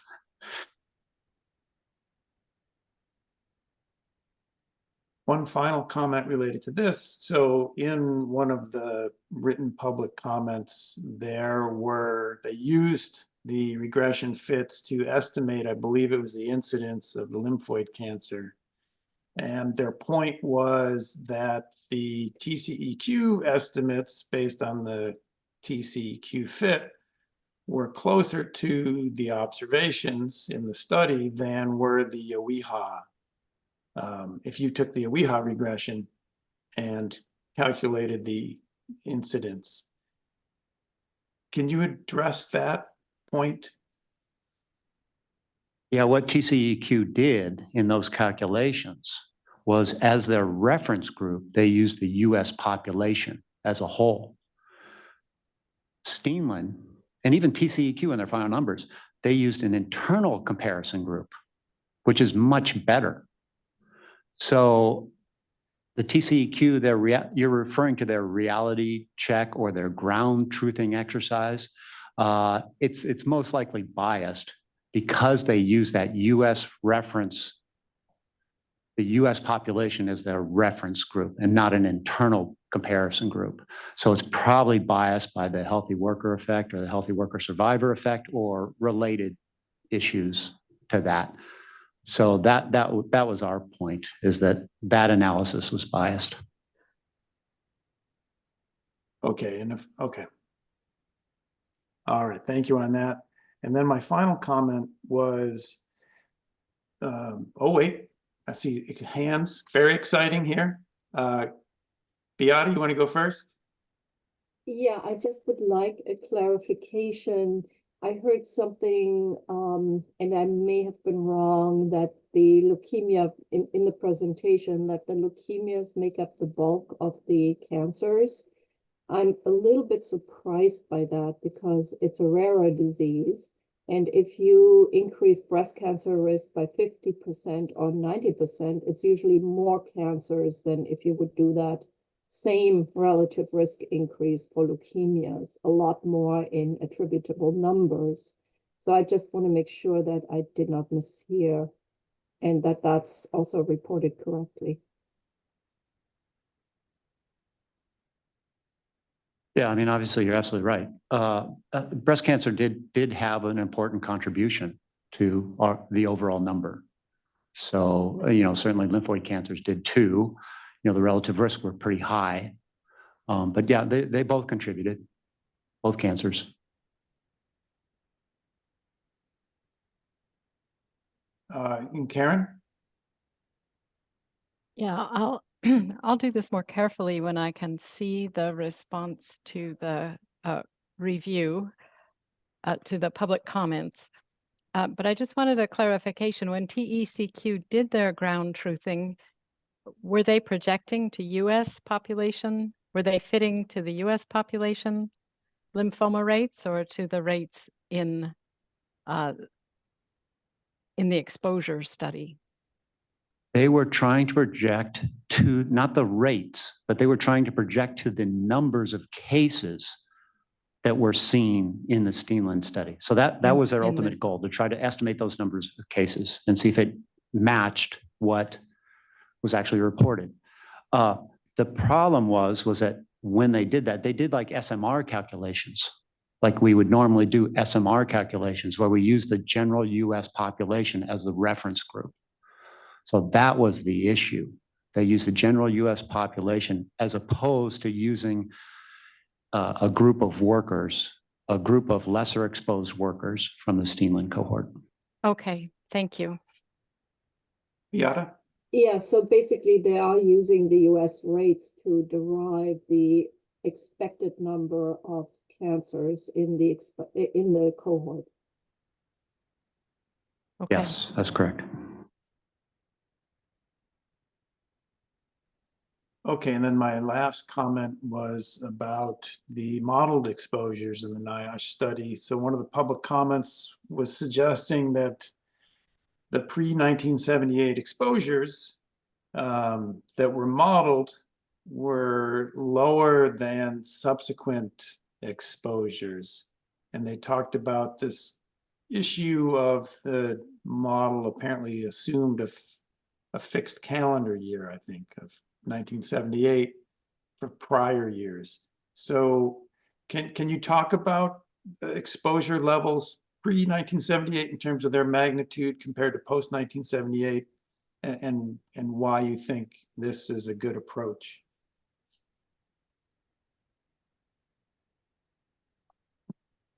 Yeah, exposure modeling isn't my expertise, especially when Dr. Hammond's in the room. I mean, I'll go back to no exposure modeling is going to be perfect. In occupational epidemiology, it's incredibly difficult to do exposure modeling. So yes, they didn't have exposure measurements before, I think it was actually 1976, they didn't have exposure measurements, but they had all those other pieces of data that were related, that were directly related to exposure levels. So we're pretty sure exposures were higher before 1976. We're pretty sure that's the case. And it also appears that those factors that they used, again, Dr. Woods listed all of them, proximity to sterilization, what they were sterilizing, calendar year, all that stuff. It's pretty clear that those factors were strongly correlated to exposure levels. So that's why I think we're pretty confident that the model was accurate. Again, there's going to be some inaccuracies, but the question is, what's the degree of those inaccuracies, and what would be the impact on the relative risks that were reported? So I did a variety of different analyses just to sort of assess, okay, if the sensitivity is this, or if the specificity is this, or the exposure model, how would that impact the relative risk? And it wasn't going to be all that great, right? It probably wouldn't have made a huge difference to the relative risk. So bottom line, to answer your question, yeah, we're pretty sure the exposures were higher, but we're also pretty sure that that was picked up in the Steenland exposure model. I see. Am I remembering wrong that one of the public comments suggested that the AWIHA treatment, or sorry, not the AWIHA treatment, but the Steenland treatment, this modeling of exposures, was resulting in lower exposures pre-1976? I think they were saying lower than what other people might have predicted. Yeah, my understanding was the exposures were higher pre-1976. Okay. Okay, thank you. Kathy? Sure. Yeah, it's been a while since I've read some of those papers, but I did read them at one time. And Dr. Steinmetz is exactly correct that what the effort was done, and some of this was done actually at Berkeley, UC Berkeley. They took a bunch of measurements in a lot of places, and in some places, like where they put a local exhaust in, they would turn that off and do measurements. So they did measurements with all the many of the factors that you would think would affect exposure, and built a model based on that. And then retrospectively in time said, when did local exhaust, for instance, come into play?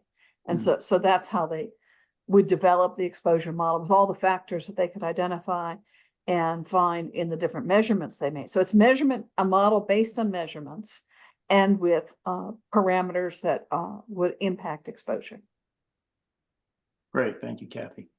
Karen? Yeah, just a clarifying question. We're talking, if someone could direct me to those comments in the public comments, that would be helpful. I think there may be some clarification that would be helpful, whether we're talking about the actual exposure being higher pre-1976, or whether the modeled exposure being too low to predict the actual exposure. So those are two different issues. If the model, and I don't know what the comment said from this discussion, it's hard to know what the public comment was.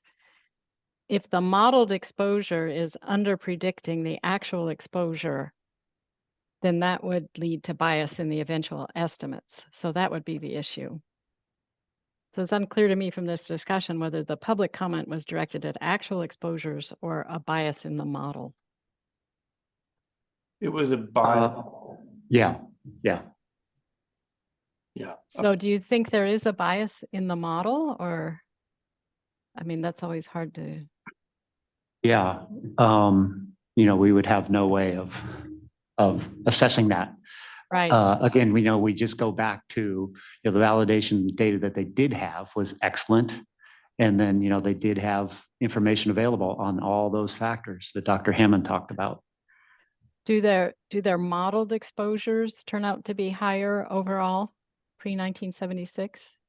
Was there information on that? higher than post 1976. You know, Yeah. I'm going to have to go back and look at that, but my I'll- recollection was, yes, they were higher. Okay, so that would in a sense be some sort of validation of the model also. Okay. Thank you, Karen. Ahmad? Ahmad, you're muted.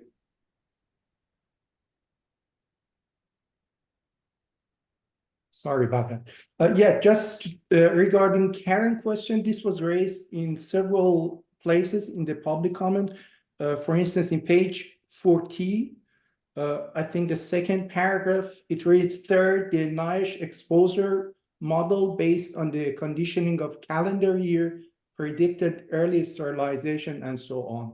So, and they were saying that these predictions were substantially lower than workers in 1978 when exposure concentration predictions were based on measurements. So that is one thing. But the other thing, I also noticed that they are saying that there was a loss of data, electronic data regarding exposure estimation prior to 1978. So how could they verify this? Sorry, what's the question? Well, There was a loss of data? yeah, they were saying that the NIOSH exposure estimation prior to 1978, the original data are lost. So how could one verify this estimation if there is no data available? Well, again, there's no way we're going to be able to verify. There's no way we're going to be able to do, you know, a typical validation study on the exposure data before 1976 because it's just not there. So we have to. No. The data that they were used to make their prediction model data. So because they estimated these exposure based on some calculations. Oh, the data they Yeah, used yeah. to make the model Yeah. that they said they lost. Yeah, Yeah. I wasn't aware of that. Yeah, it is indicated here in the report, in the public comment session, that these data are not available and they're lost, these electronic data. Oh, I wasn't aware of that.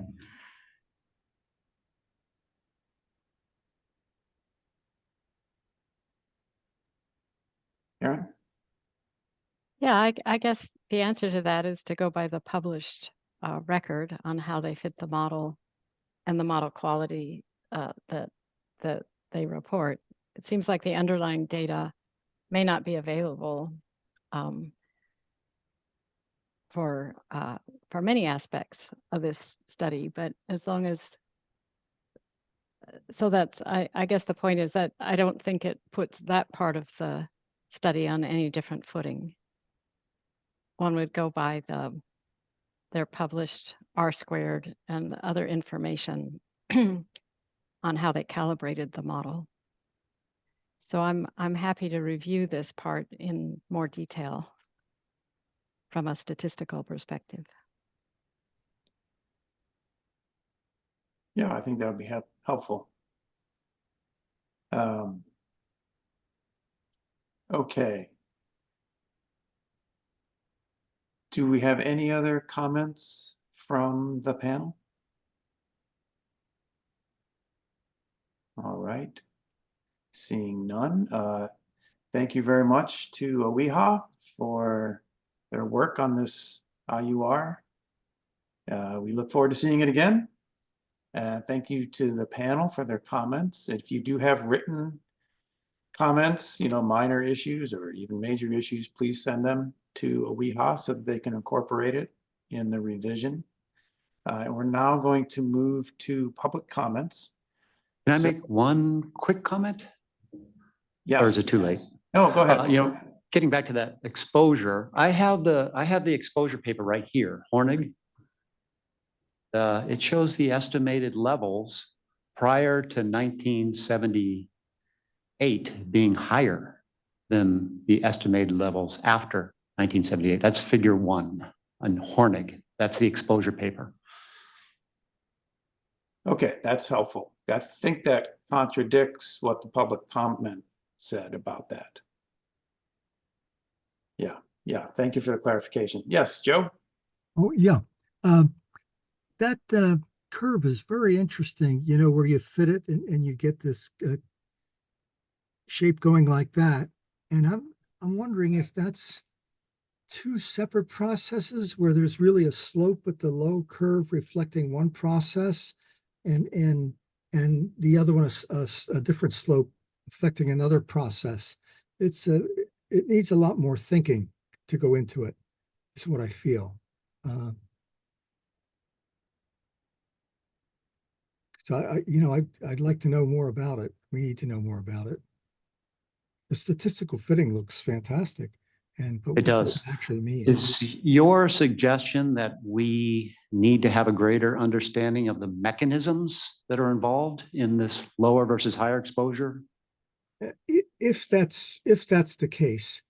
Now, if it's really, a very high slope at the low dose, which is what that plot looks like, then it reminds me of some curves, in metabolism where you get a very high slope, then something becomes saturated, binding of a molecule to a receptor becomes saturated, or the metabolism of a compound becomes saturated at the high dose. So I think we should try and put some more thought into it if we could. I'll certainly try for you to help out. Yeah, I think I'm thinking though that ultimately it's going to be unknown. I think we can come up with some very good hypotheses, some rational hypotheses, just like what you described. Yeah. Maybe there's a saturation of susceptible people. So I think we can come up with some hypotheses, but ultimately, I'm not sure we're going to come up with 100% answer. And I'm also not, I'm not sure that we need to come up with 100% answer. But yeah, that's definitely an idea we can put more thought into. Yeah, I agree fundamentally, and I think Karen said this before, it's an empirical fit. So Yeah. regardless of the underlying mechanism, this is the best fit to the data. Yeah. Pam? Well, that was pretty much what I was going to say, Court. Oh, And, I was going to push sorry. back a little bit on Joe and say, I think for the purposes of risk assessment, while having an understanding of the biological mechanism certainly helps, I'm not sure it's worth the time and energy for the carb staff to try and really dig through the literature to determine what is the reason for that kink in the curve. For risk assessment, they don't need it. And I did a little bit of searching because I am a mechanistic toxicologist, and there's what they put in the report is about what's out there for the mechanism of ethylene oxide induced cancer. Yeah, thank you, Pam. Yeah, as a scientist, it'd be really cool to figure it out. As a risk assessor, maybe we don't need to. Yeah. Karen? Yeah, just one last comment. I think what would be important from a mechanism of action perspective would be if it were biologically implausible. So I think coming up with biologically plausible mechanisms isn't super helpful here. It's just if you saw something that you thought, oh, wait, that contradicts the biology, then that might cast doubt on the model. But that is not the case here, that no one seems to feel this is biologically implausible. It's just the scientific underpinning would be an interesting scientific question. So I agree with Court that it wouldn't add to the risk assessment. And I would just indicate, and this is Krishnan, that the application of the IUR is actually limited up to 40 microgram per meter cube, as a result of the analysis that was indicated by EPA, obviously.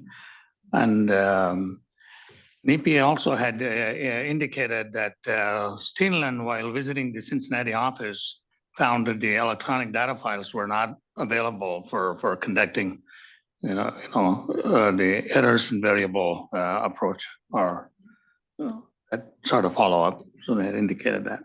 With that, we will weave in these comments while revising our document and preparing it for SRP review and moving forward on the comments we have heard. So Great. Thank you very much, Dr. Krishnan. Thank you, panel, for all your comments. We're going to move now to public comment. So Rosh has enabled the feature that allows participants to raise your hands.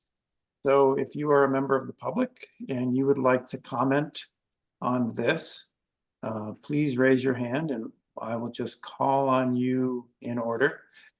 Rosh, would you like to give a brief instruction on hand raising? Sure. So thank you everyone for participating. If you are on the Zoom app, you should have either a raise your hand option at the bottom of your screen, or you should have a reaction button where when you click that, you have raise hand, lower hand option. You can raise your hand and we will start the queue and we will basically decide how much time we would allocate for the public comments based on the number of the raised hands. We also have some in-person commenters here today, and some of them have submitted slides that they want to share, which I will share for them. They have submitted them in advance and I will share that. So let's wait a few minutes to see how many hands we're gonna have and how many commenters we have, and we can decide on the time. Okay, that sounds good. And in the meantime, I see that Joe is getting us off to a good start by raising his hand. So No, I Joe, why don't you go thought ahead? I lowered it. Oh, you lowered it. Oh, I don't have the power to do that for you. Oh, there we go.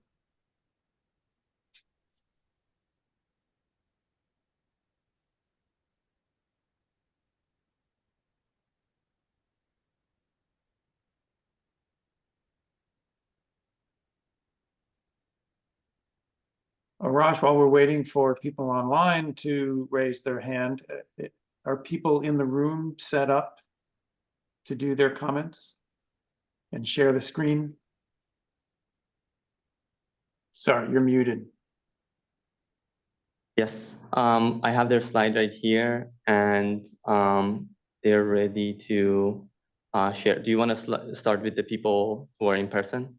Yeah, let's do that. Okay, let me set the slides and then ask them to come to the podium. So right now we have 7 virtual attendees who raised their hand, but the number is increasing. And then we have 1 person in the room. So how much time do you think it would be appropriate? Let's go for 2 minutes. Okay. Our first commenter is Dr. Abby Lee from Exponent. And let me and then at the podium for them.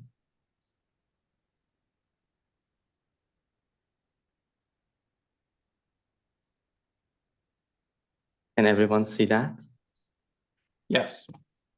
Okay, so usually I have to share basically the timer on my screen, but since I'm sharing this, then I will do the timer on my phone, and I will let you know once you're 30 seconds at the end of your time, and at the end of the 2 minutes, we have to cut you off. So let me stop. Thank you, Raj.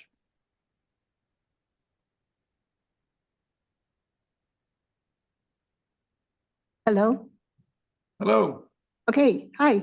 My oral comments focus on statistical and biological considerations. Next slide. The key issue is that the EPA IRIS model, with its initial steep slope and shallower second slope, next slide, please, is not plausible based on the biological and epidemiological data. We're now on slide 3.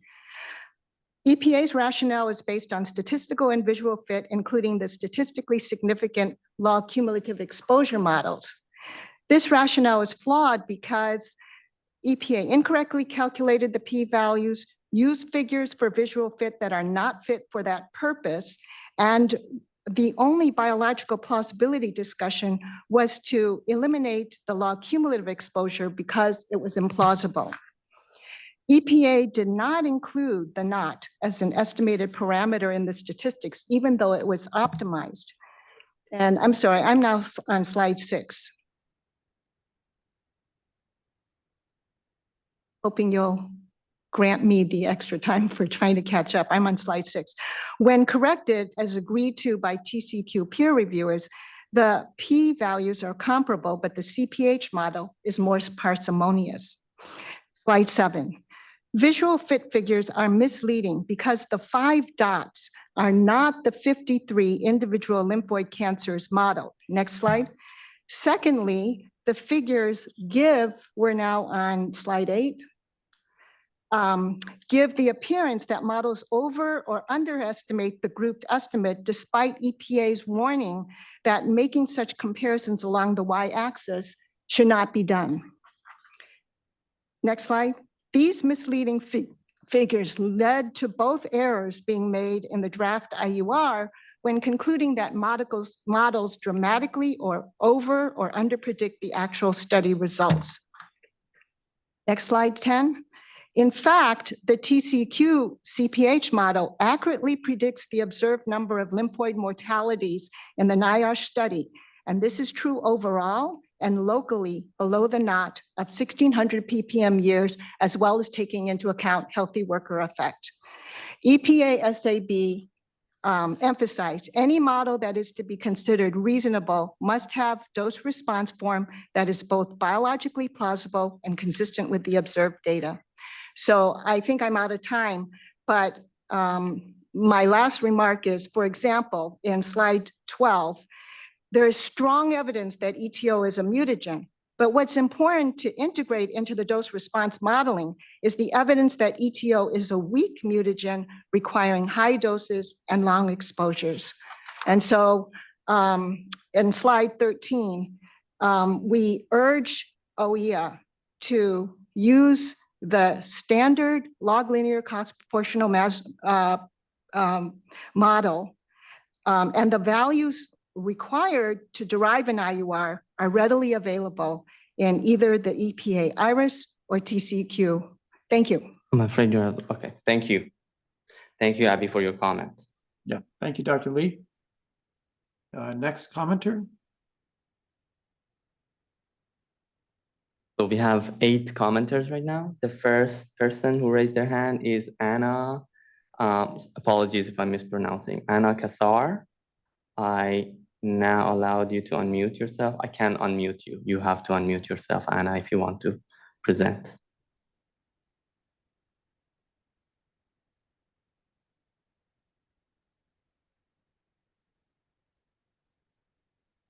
Go ahead, Anna. You're unmuted. Okay.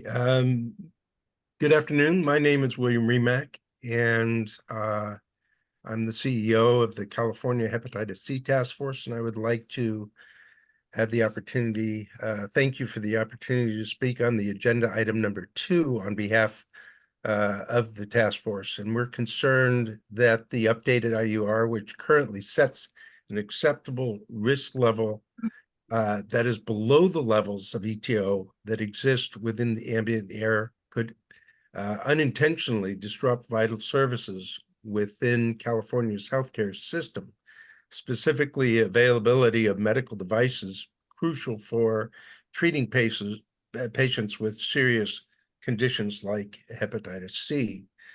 We cannot afford shortages or delays in the delivery of medical services and devices, and the vast majority of which are sterilized using ETO. Such disruptions could further strain our healthcare system, which is already under enormous pressure.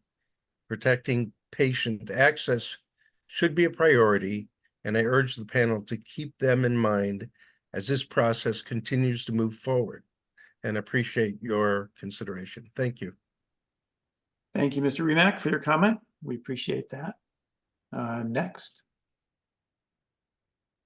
Next, we have Richard Rice. I'm allowing you to unmute yourself. Thank you. Yes, this is Richard Reese. I'm with Exponent and speaking on behalf of the Ethylene Oxide Sterilization Association. I'm going to focus on the TCEQ reality check, which has been discussed extensively so far. Rick, There is. sorry to jump in. You had submitted some slides. Do you want Oh them to yeah, be? yeah. Please put them up. Yes. Yep. Go ahead. Sorry. Yeah. So yeah, the next slide. So the TCEQ conducted this reality check of the lymphoid mortality predictions, and they estimated lymphoid mortalities predicted by EPA's model compared to observed mortalities. We've recast that analysis in terms of excess mortalities, which I think more clearly show the overprediction. And then a very important point is that EPA and OES cite TCEQ's failure to account for the healthy worker effect. However, not in the draft, but in the final version of their document, they did do a sensitivity analysis related to the healthy worker effect. So if you look in the next slide, this is the base TCEQ reality check, comparing their model and EPA's model. And this is recast into excess cancers. So there are 41 excess cancers predicted by EPA's model with the central tendency, and 90.7 with the upper bound. And that compares to 2.6 observed, assuming standard cancer rates of the population. So those are substantial overestimates. Now, I understand that there's concerns that EPA didn't, or TCEQ didn't account for a healthy worker effect, but they did do a sensitivity analysis of that. And you can see that on the next slide. They assumed a 15% healthy worker effect for males and a 16% for females based on data in Kirkholite. And even in that case, the EPA model, which is 3 and 4 there, overpredict the mortalities, the excess mortalities by 337% and 735%. Not shown here, we've done that as far as 25% healthy worker effect, and you still see an overestimate. So I would encourage the panel, and as Abby mentioned, the TCEQ model itself predicts the mortalities and all, in the lower dose range well. So I would encourage the panel to go back and look at that appendix and the TCEQ assessment, and especially look at the healthy worker effect analysis that they did. Thank you. Thank you, Dr. Reese. Next comment. Our next commenter is Original Draw. The Original Draw, I am allowing you to unmute yourself. You have to unmute yourself. Okay, thank you. So this is kind of interesting to hear you talking about this. And, it's important that the healthcare workers are not being, exposed to these carcinogens. But the thing is, as well, is that not only when they're sterilizing devices or tools, but the masks that they've had people wear actually have ethylene oxide in them, as well as the tests for the COVID tests. So even if they're just, cleaning, devices, they're still going to be affected if they're wearing a mask or having to be tested for COVID-19. And the FDA actually just recently, or I'm not sure exactly when, but was endorsing a new method of sterilization that uses vaporized hydrogen peroxide. So, I mean, there are other options that can be used that aren't going to be putting people in danger like this. But I think that if we're looking at the sterilization of that, you should also be understanding that the masks and those tests have it in them as well, that will be affecting those workers and possibly could skew your numbers, because if they're having other things come in that are exposing them to that and it's not being considered, it can possibly show that you have an influx in it just from the sterilization, but you're not considering the other aspects that could bring in higher levels of that into their system as well. So it would be nice to look into that. But I don't know if any of you have heard of the vaporized hydrogen peroxide, and that's something that you could possibly look into. And, because hydrogen peroxide is also good if people are sick. So, I mean, it could do potentially the opposite, which would, not cause people to be exposed to carcinogens. And I think we need to pay attention to that with Prop 65 when people are wearing the mask and having to get tests, and that when that is required. And there has been an influx in a bunch of different cancers, especially when people are sticking the test up their nose. It's causing a lot of cancers in the brain or different areas that. Joe, your time is up. If you have any closing remarks, please say. That's okay. Thank you. And thank you for your comment. And I'm sorry, I didn't catch your name. Oh, she's back. Audra. Audra. Okay. Thank you for your comment, Audra. Thank you. Next comment. Next commenter, I'm hoping I'm pronouncing it correctly. Araceli Campa Ramirez. I'm allowing you to unmute yourself.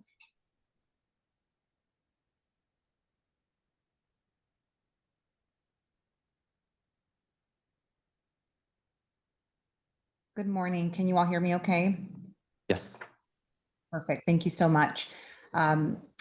Good morning again, and thank you all for the opportunity to provide comments on OEHA's draft cancer inhalation unit risk factor for ethylene oxide.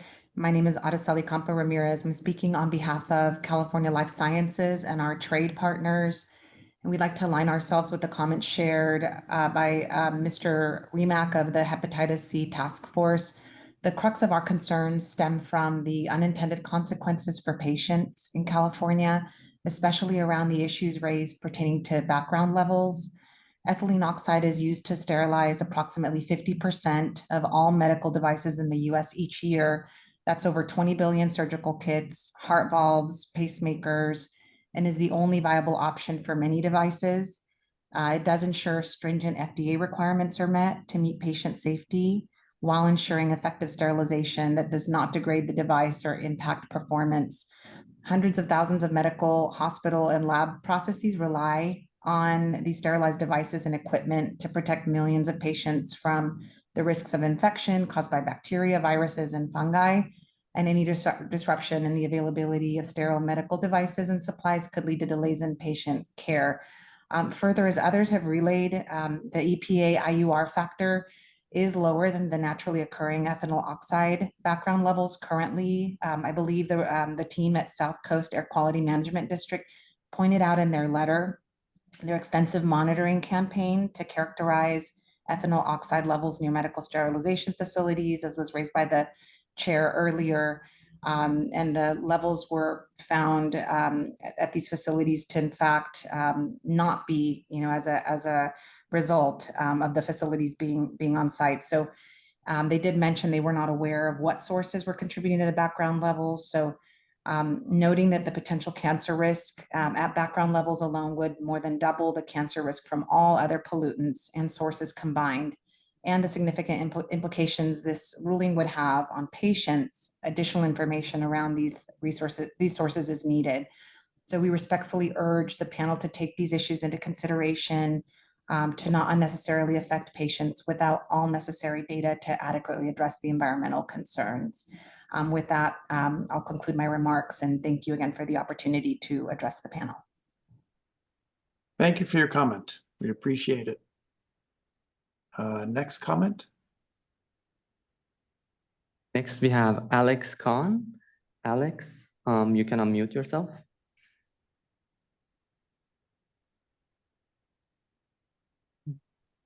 Good morning. Can you hear me okay? Yes. Thank you. Thank you for the opportunity to speak today. My name is Alex Khan. I serve as Senior Policy Counsel for the California Chronic Care Coalition.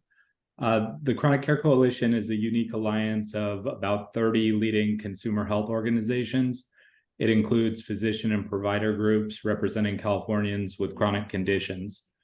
We really appreciate and commend the panel's deliberative process and attention to this important issue. We'll leave the complex scientific considerations to the experts, but we do want to be here this morning to provide a patient perspective and ensure that patients have a voice.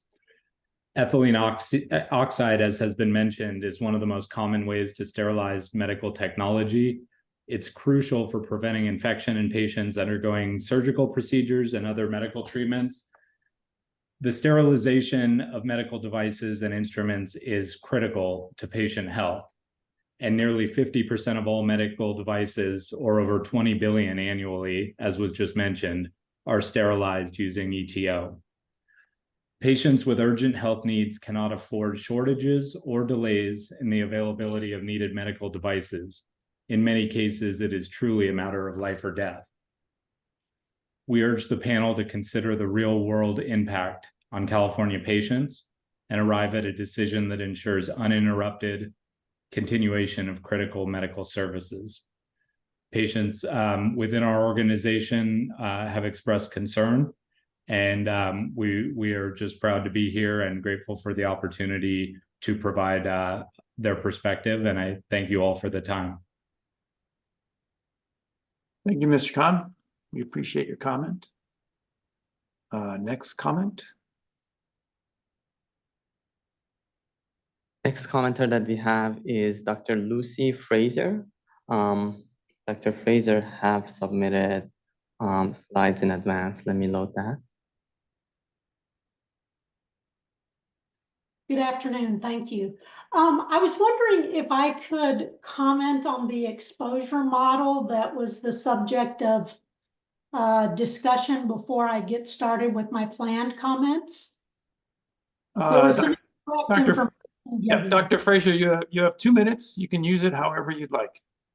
Okay, well, as opposed to going, I'm not going to talk about these slides then.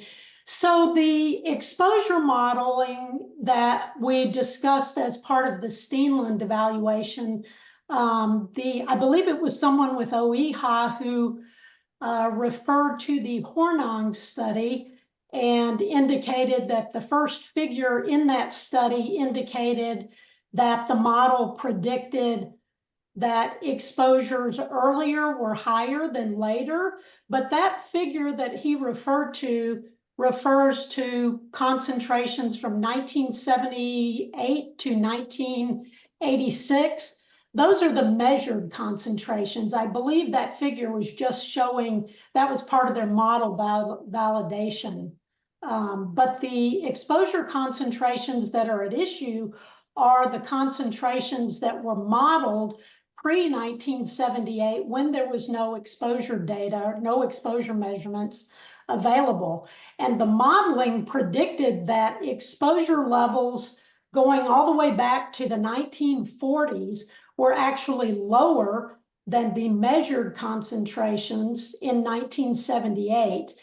The data have been lost. We don't have a way to validate what's correct, but what we do know from historical experience is that that almost never happens in industry.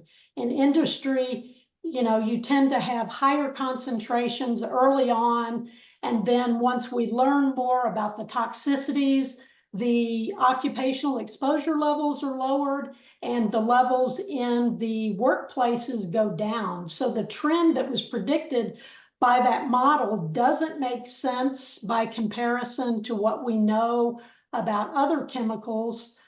And it also biases the inhalation unit risk estimate that EPA did, because by assuming that concentrations were lower in the early years, it significantly overestimates the carcinogenic potency.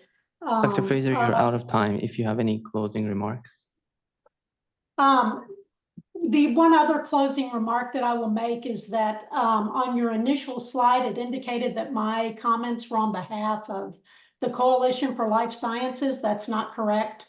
I was asked to do an evaluation by AdvaMed, although all the comments that I have expressed are my own. Thank you.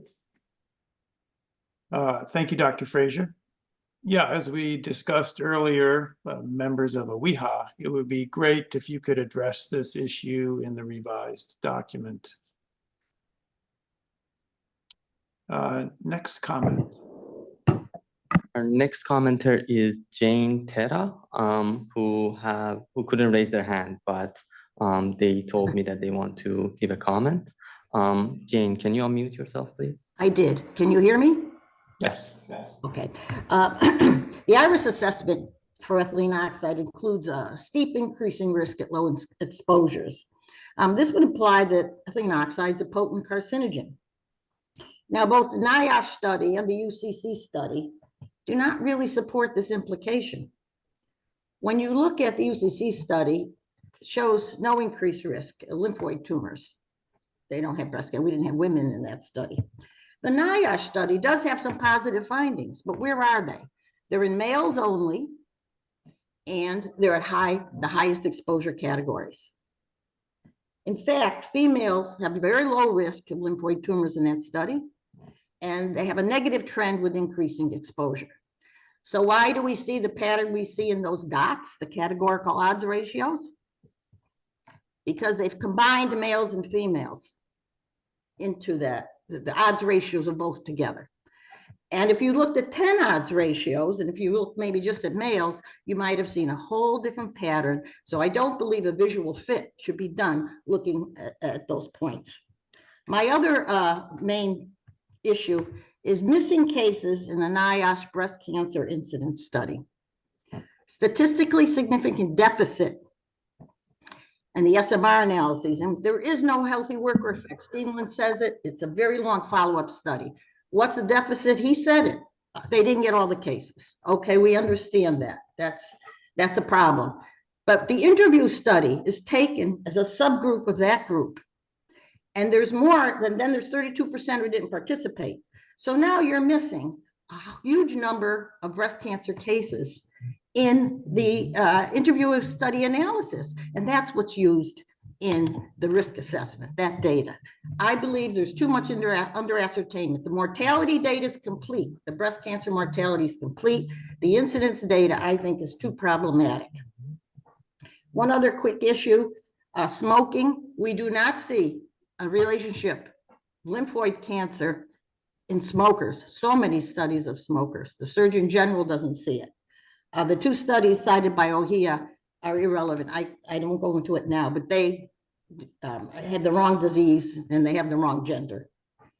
If I have any time left, I would just clarify. And you're out of time. Okay, I'm out of time. Thank you very much for the opportunity. Thank you, Jane, for your comment. Next comment. Next, we have Claire Conlon. Claire, you can unmute yourself. Hi, good morning or good afternoon. I'm Claire Conlon here on behalf of Biocom California, representing 1,700 companies, California research and academic institutions, medical device and biotechnology companies. We appreciate your deliberate approach to weighing this proposal and request that you take into account the real-world impact of this adjusted factor as it relates to current FDA sterilization method requirements. Biocom California aligns our comments with the patient groups focused on the large-scale need for sterilized medical devices and the limitation of sterilization services without a workable alternative ready to replace the existing sterilization capacity could jeopardize access to medical services ranging from preventative care to critical surgeries. So we urge OEHA to leverage your own expertise and revise the draft IUR to protect public health. Thank you. Thank you, Claire. Next comment. Next, we have Kia Gupta. Kia, you can unmute yourself now. Good morning. Can you all hear me? Yes. Wonderful. Thank you for the opportunity to be here today and comment on agenda item number 2. I do work in healthcare. As you assess the updated risk factor for ethylene oxide, I would urge the panel to recognize the irreplaceable role that ETO plays in the sterilization of numerous medical devices, as many devices cannot be sterilized safely with any other proven methods. I believe that we should do everything in our power to avoid a disruption in the supply chain of critical medical tools, which would in turn severely hinder the delivery of essential healthcare services, from life-saving surgical procedures to routine preventative care, and could potentially compromise patient safety across the state of California and beyond. Additionally, it's crucial to evaluate the validity of the research, particularly considering it is predicated on an EPA assessment dating back to 2016. California's healthcare system is already navigating very formidable challenges, including workforce shortages. And in this context, it is paramount that regulatory decisions do not exacerbate these struggles by constraining access to vital medical equipment. Thank you for your time and for considering the insights that all participants are offering today. Appreciate it. Thank you. Thank you, Kaya, for your comment. Next comment. We don't have anyone else currently raising their hand. I do see one phone calling listener. If they want to give comments, they can press *9 on their phone and raise their hand. Not.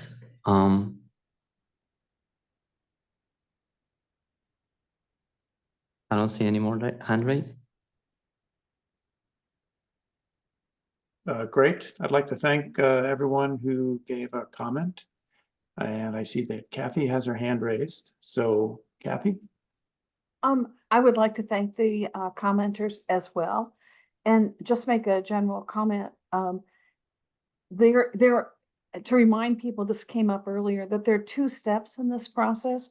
One is to evaluate how risky a chemical is, and then if it's risky, there's another step for managing that risk. And the management of the risk is actually where these issues and the trade-offs will come into play. So you don't want the people who are managing the risk to be using inappropriate risk assessment. So we need to have the best estimates of what the risks are for the chemicals. And then that information can go into trying to figure out how to control those risks. And it may be controlling the exposure. It might be a question of making sure there are more controls of the exposure, not eliminating something. But that is the next step that's outside of this science review panel. Our goal is just to get the best estimate of the risk and to evaluate that based on OEA's work. Yeah, that's a very good point, Kathy. Thank you for that. Right, we are not considering risk management aspects of ETO. That would be a secondary or a second process. Okay, well, thank you, everyone.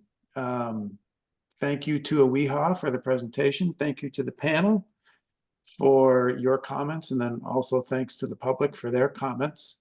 We're going to move on now to our next agenda item, which is informational update on the Community Air Protection Program.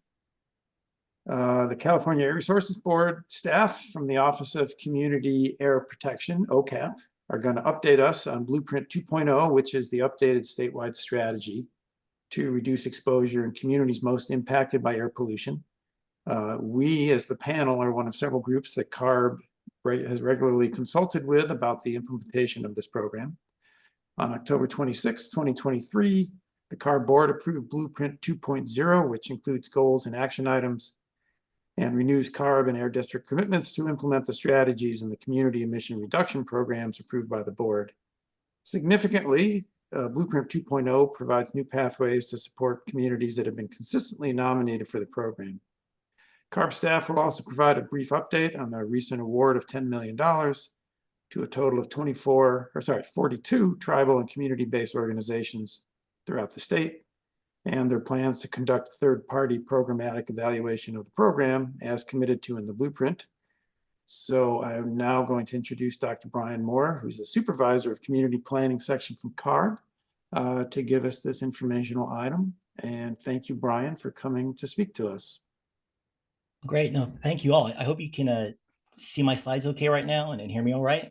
Yes. Oh, great, great. So yeah, I am Brian Moore, and I'm a manager in the Office of Community Air Protection, and we are responsible for the implementation of Assembly Bill 617 and the Community Air Protection Program. It's really nice to see you all again, and I am excited to update you on the latest progress we've made since the last update, as well as our plans moving forward. And just quickly before I start, I just want to point out the relevance of the SRP activities to the Community Air Protection Program. We work in some communities in Southern California that are home to a lot of these sterilization facilities that use ethylene oxide. So that's just one example of the direct connection between the work you all are doing and how we implement things on the ground in these communities. And so this slide here is just a brief outline of this update. I did want to share the new direction for the program now that we have those revised guidance document, the Blueprint 2.0 that has been approved by our board. And I wanted to highlight 3 new components of that program to help us moving forward, and then kind of end up with just focusing on some priority actions for this next year. specifically. Cool. And again, our statewide strategy was approved unanimously from the CARB board in October. And here I just wanted to revisit the figure that kind of illustrates the structure of this document, this guidance document. So on the left side, we illustrate part one in that green, and it's a 5-year strategic plan centered on civil rights, environmental justice, and equity principles. This plan is based on guiding principles that were developed from lessons learned over the first 5 years of the program. And an example of this would be our priority to support power sharing between community members and agencies. We did notice that stronger collaborations definitely led to more successful plan development. And this happened when public agencies became willing to create some space for community direction whenever possible as these plans were being developed. So on the right side of the screen, in the blue, we have our part two, which is our implementation guidance. And that implementation guidance is really split into two parts. So on the left side of the blue, we really want to emphasize that we are committed to successfully implementing the 19 current community emissions reduction programs that are in development. So we have 19 communities that are kind of in the process of our traditional way of developing plans. And so we really want to see those through and really focus on tracking progress and accountability within those plans, which we call SERPs. And then on the right side of the blue, this is our new implementation strategy. And so this focuses on outreach and action in the communities that have been consistently nominated, but have not yet been selected for that traditional community emissions reduction program or SERP development. And with this new strategy, we have 3 pathways to accomplish this. The first, we want to take those community air grants that were mentioned that were awarded to the community-based organizations to fund the development of local plans, which we are calling LSERPs at this moment. So that's one way. Another way we want to implement the strategy is to increase the way air districts and communities can use our community air protection incentive funds by revising their guidelines to make them a little more flexible. And then the third way is CARB enforcement. Our enforcement division is partnering with a lot of communities to implement community-focused enforcement efforts.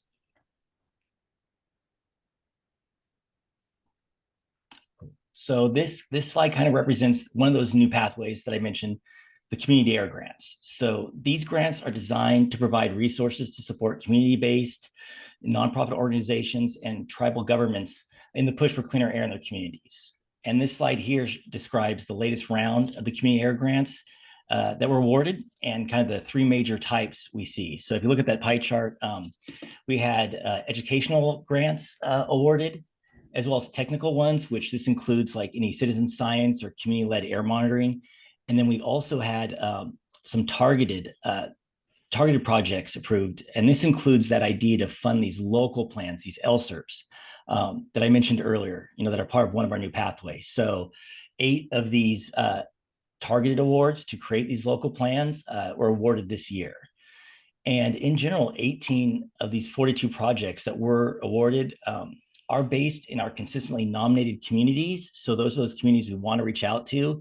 So we see this as a way that we can direct resources into those communities really quickly and start building capacity. And I guess just to kind of finish things off with the community air grants, we are actually having another round of solicitations for the next cycle of grants. That'd be our 5th year, and that is coming up this year.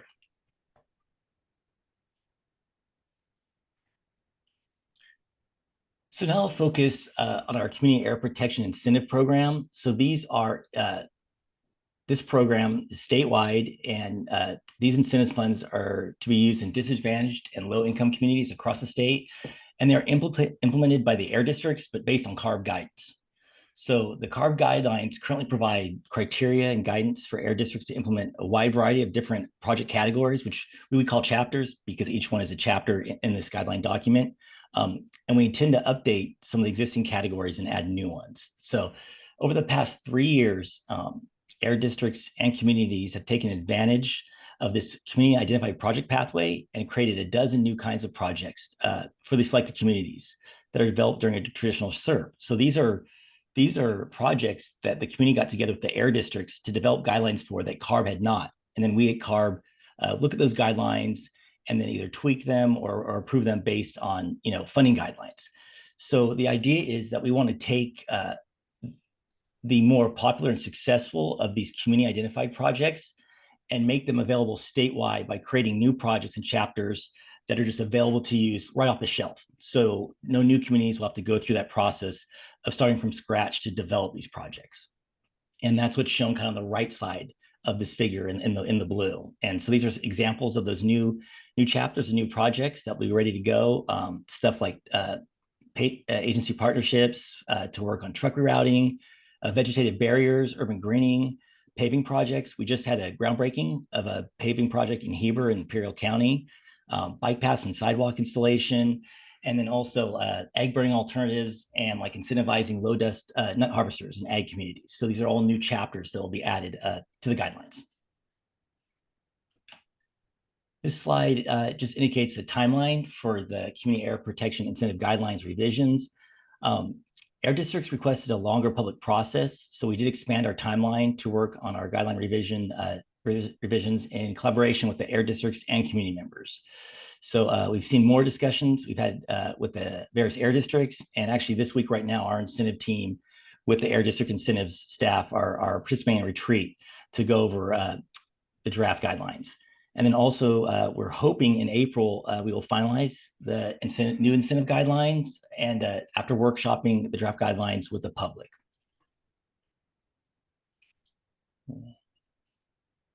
And just to kind of end up, I wanted to pan out to the bigger picture of the program. So looking at the goals moving forward for the program, with our 5-year strategic plan, it really focuses on these 8 goals here presented on this slide. And some of these goals carry over from themes in the original blueprint, such as the emphasis on partnering and using regulatory authorities like CARB and the air districts. And really related to this, you can see that I want to note goal 4 in the top right corner, that which speaks to working on both mobile and stationary sources at CARB and with air district collaborations. Lessons learned from the first 5 years of the program and our extensive engagement helped shape and refine these goals, such as making sure to center our work in civil rights, equity, and environmental justice. Other new goals reflect the reality that in the next 5 years of the program, we must focus on communities that have been consistently nominated for the program, but not selected. So our kind of historical pattern of only being able to select, 2 to 3 to 4 communities for a SERP development just isn't going to get it done. We need to be able to roll out benefits and resources faster to more communities. So with that, each goal area includes actions that we've committed to. Oops, sorry.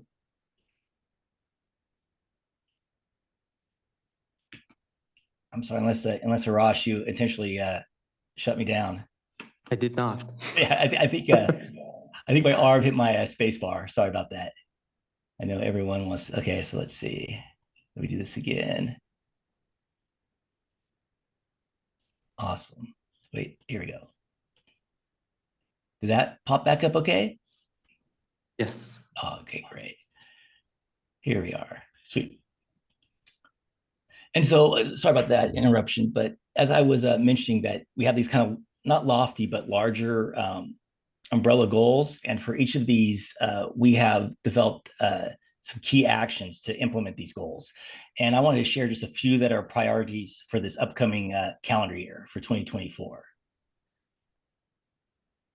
So here's some of those key actions that we'll be working on this year to hopefully push us towards achieving the 5-year strategic plan. So the first one is a programmatic evaluation from a third party. We have seen with other similar programs like the Transformative Climate Communities work over at the Strategic Growth Council, they've really benefited from these third-party evals. So that's something we are doing this year. Another action is to standardize and require training in environmental justice, public participation, and civil rights for our staff and management at CARB that work on Assembly Bill 617. And we are also prioritizing developing engagement strategies for the 60+ consistently nominated communities that we have identified over the 5 years. So it's been a long process creating this list, so we need to start our outreach as soon as possible with these communities. And as I already mentioned, we do want to complete the revision of our community air protection incentive guidelines to create more flexibility and streamline the process.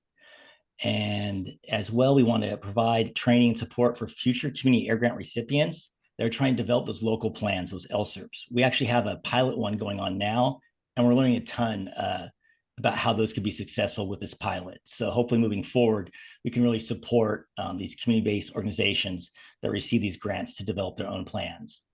And finally, the last one's a little more practical one, but our goal is to redesign our web presence so it is more accessible and really reflects the revised guidance to Blueprint 2.0 because it's getting a little dated. So we do want to make sure that we get all the available tools, resources, and information on the program up to date and available as soon as we can.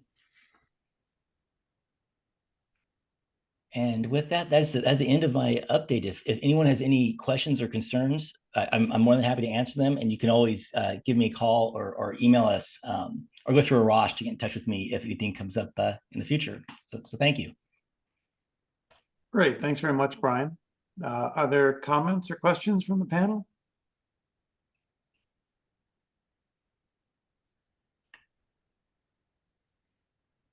Ahmad? Thank you, Kurt. Thank you, Brian, for the update. I was just wondering, in one of your slides, you mentioned that you are approaching the solicitation phase for grant proposal. And I'm wondering, do you inform the potential applicants about your priority areas? Do they know what are the priorities when they apply? Is there a website or other mechanisms in place? Yes, and just to clarify, you mean like priority geographic areas, not like whether it's a technical, educational, or targeted grant. Oh yeah, so we do, and I can share that with the group. We have a list of these 65 plus communities that we really want to focus on, and then we also have kind of the methodology for how we came up with developing this list. It was I'd say semi quantitative effort. You know, we didn't just want to rely on developing one like Uber metric that could, you know, misclassify things or could be biased. So we really based it on a lot of the community input we've received, air district capacity. So it was quite a process to develop that list. And it is posted. And our plan is, now we have this list for this first year, but we plan over the next few years, not maybe this first year, is to really reach out to other communities to add to that list. So it's not a static list, and we'll be updating it at regular intervals moving forward. And I'll share that list with Arash so you all can check it out. Thank you very much. Great. Other questions or comments?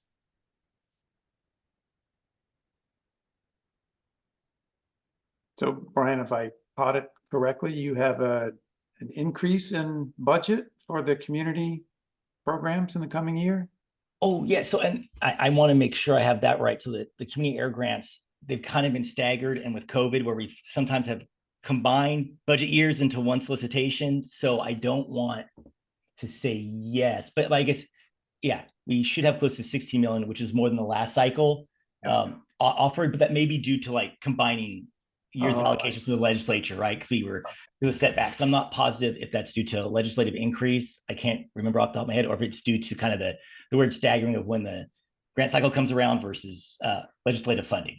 Yeah. Gotcha. Okay. Yeah. Well, I'm hoping for legislative increase, but. Oh, and we were, I do want to say, like, we were really supportive of this latest round of budget cuts so far, that the legislature and community have been really supportive. And so we've been able to and not see some of the cuts of some other programs, you know, across the state. Yeah. That's great.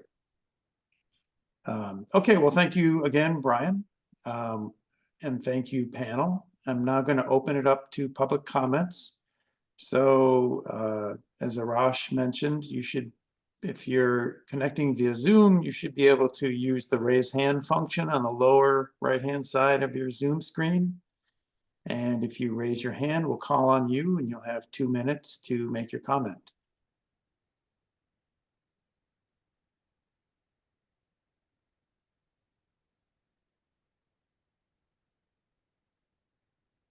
Okay, I can see 2 people who have raised their hands. Okay, fantastic. Let's start, and maybe other people will join in. Okay. Our first commenter, and apologies if I'm mispronouncing, Kathy Carriage. You can unmute yourself if you want to provide oral comment. Hi, thank you. And thanks for the presentation. And you did get my last name right. So congratulations. I I have more of a question than a comment. I live in Benicia.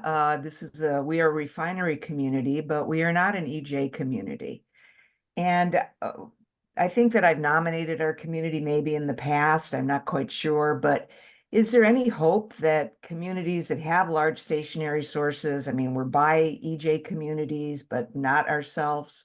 Is there any hope that we can ever get any of these community grants? Right now, we do run an independent air monitoring station through the Benicia Community Air Monitoring Program, but we have limited funds for that. So, in the future, we may not be able to run it anymore. So I've just got a question about accessibility of any of these grants for non-EJ communities. Oh, yeah, real quick, Kathy. I hope, I'll put my email. I don't know if I can chat you my email, but I guess the short answer is yes. There are mechanisms to supply funding for even like you mentioned, like a community air monitoring network. And we do some of our current communities that we're trying to develop strategies for. Richmond is one that we're working in that's by you, and then also down south in some of the refinery communities. So part of this program is trying to attack the issues with stationary sources, even those larger ones. So yeah, if there's a way, I'll get you my contact information and I can introduce you to our community air grant staff and talk about ways that hopefully we can get some resources to you. Okay, that would be great. Yeah, I think I got your email. Is it brian.moore@arb.ca.gov? Yep, it's in the presentation. And then some of these, I mentioned disadvantaged communities, but some of these incentive funds and CAG funds can be spent in other locations. So the majority we try to spend in the law compels us to spend them in disadvantaged communities, but there are other pathways. Yeah. Okay, great. I will be emailing you. Thank you. Sounds good. Thank you, Kathy. Brian, if you like, I can put your email and contact information in the chat. Oh, that'd be great. That'd be great. Our next commenter is the original Draw. Draw, you can unmute yourself. So Audra, before you start, can you give us your full name? Sure, Audra Morgan. Thank you. What is your comment? Well, my comment is that, as we sit here and incentivize different things, in the county of San Diego, SANDAG, for their 2025 regional plan, wanted to do a vehicle miles traveled for the community and charge us to travel per mile. And, I know that they took that away because, the people weren't happy with it, but it's still coming down the pipe from the state that's going to be something that's implemented. But with all of the regulations, the problem is that all of these things are pushing us into not driving and walking or biking or using public transit. And if the plan doesn't, encourage just that, then a lot of times we don't get funds for things that we need in the community.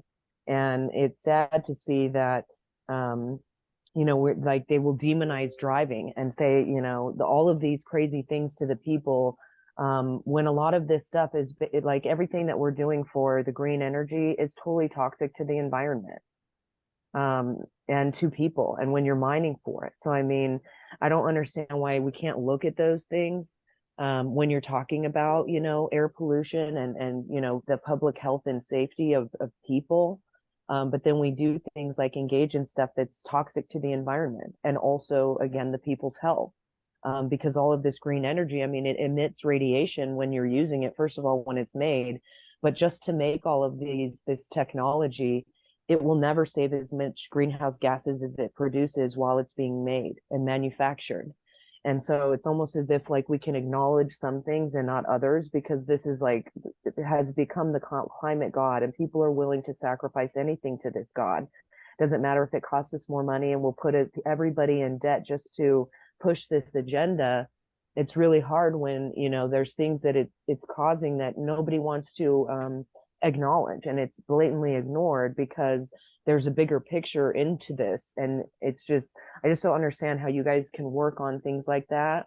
Draw, you're at the end of your allocated time. If you have any closing remarks, please. Yeah, I just would like to know why it's being ignored when we're saying that we care about those things. I would just hope that you could acknowledge that, and even the chemtrails that are above us that affect the weather, that affect the air. So it would behoove you to look into it. All right, thank you, Audra, for your comment. Are there any more public comments, Arash? There is no more.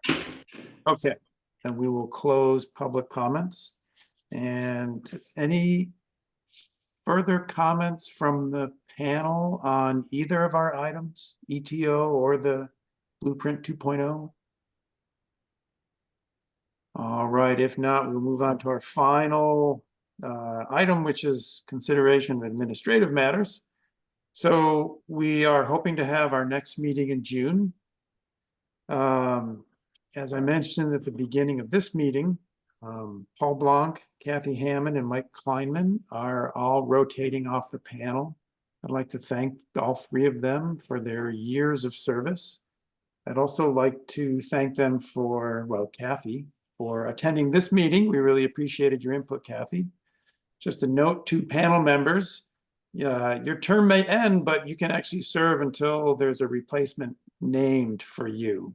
And the replacement naming process sometimes is a little slow. So Kathy, if we don't have a new person for you by June, I hope you might join us.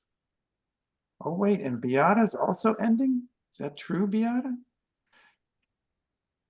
So Beata, you ended December 23, or is it going to be December 24? No, 23. But I was asked, since there's no replacement, to be participating until somebody is nominated. Oh, okay. I didn't realize that you are also. Well, thank you for your many years of service as well. So I hope that retiring members will continue to serve until we have new members, because otherwise quorum is very difficult, and we appreciate your input. One other item, Mike was the SRP community liaison. So with his stepping off the panel, we need a new liaison. I was going to ask him at this meeting what liaison entailed, but since he's not here, I'll do that over email, and then I'll send it out to the panel in the hopes of finding a new liaison from the panel to OCAP items. Okay, and that is all I have on my list. Are there any final thoughts? Looks like we're all good. All right, well, I appreciate everybody coming today and spending the time. And I hope you have a great rest of your day and a great weekend. So much. I just want to mention that you can find all the materials available on our website for this event, which I just posted and I have been posting throughout the meeting. You can find the slides that were shared. I will make available the recording and the transcripts that will be available in the next few weeks. And we will also make available the slides that people have shared, unless they object to it. So everything will be made available publicly. That's great. Well, thanks to Awiha and Carp for the presentations. Arash, thank you for being the man behind the scenes, even though it looked like you cut Brian off there for a second. No, that was totally my fault. I confirm that was user error. I didn't mean to blame it on Arash. That was We're me. going to think now about giving veto power over any speaker to immediately stop you from saying anything further. That'll be under consideration at our next meeting. And I think that's it. Well, the meeting is now adjourned, and have a great weekend, everyone. Have a good weekend. Thank Bye. you. Bye. Bye. Thank you. Thank you so much. Joining.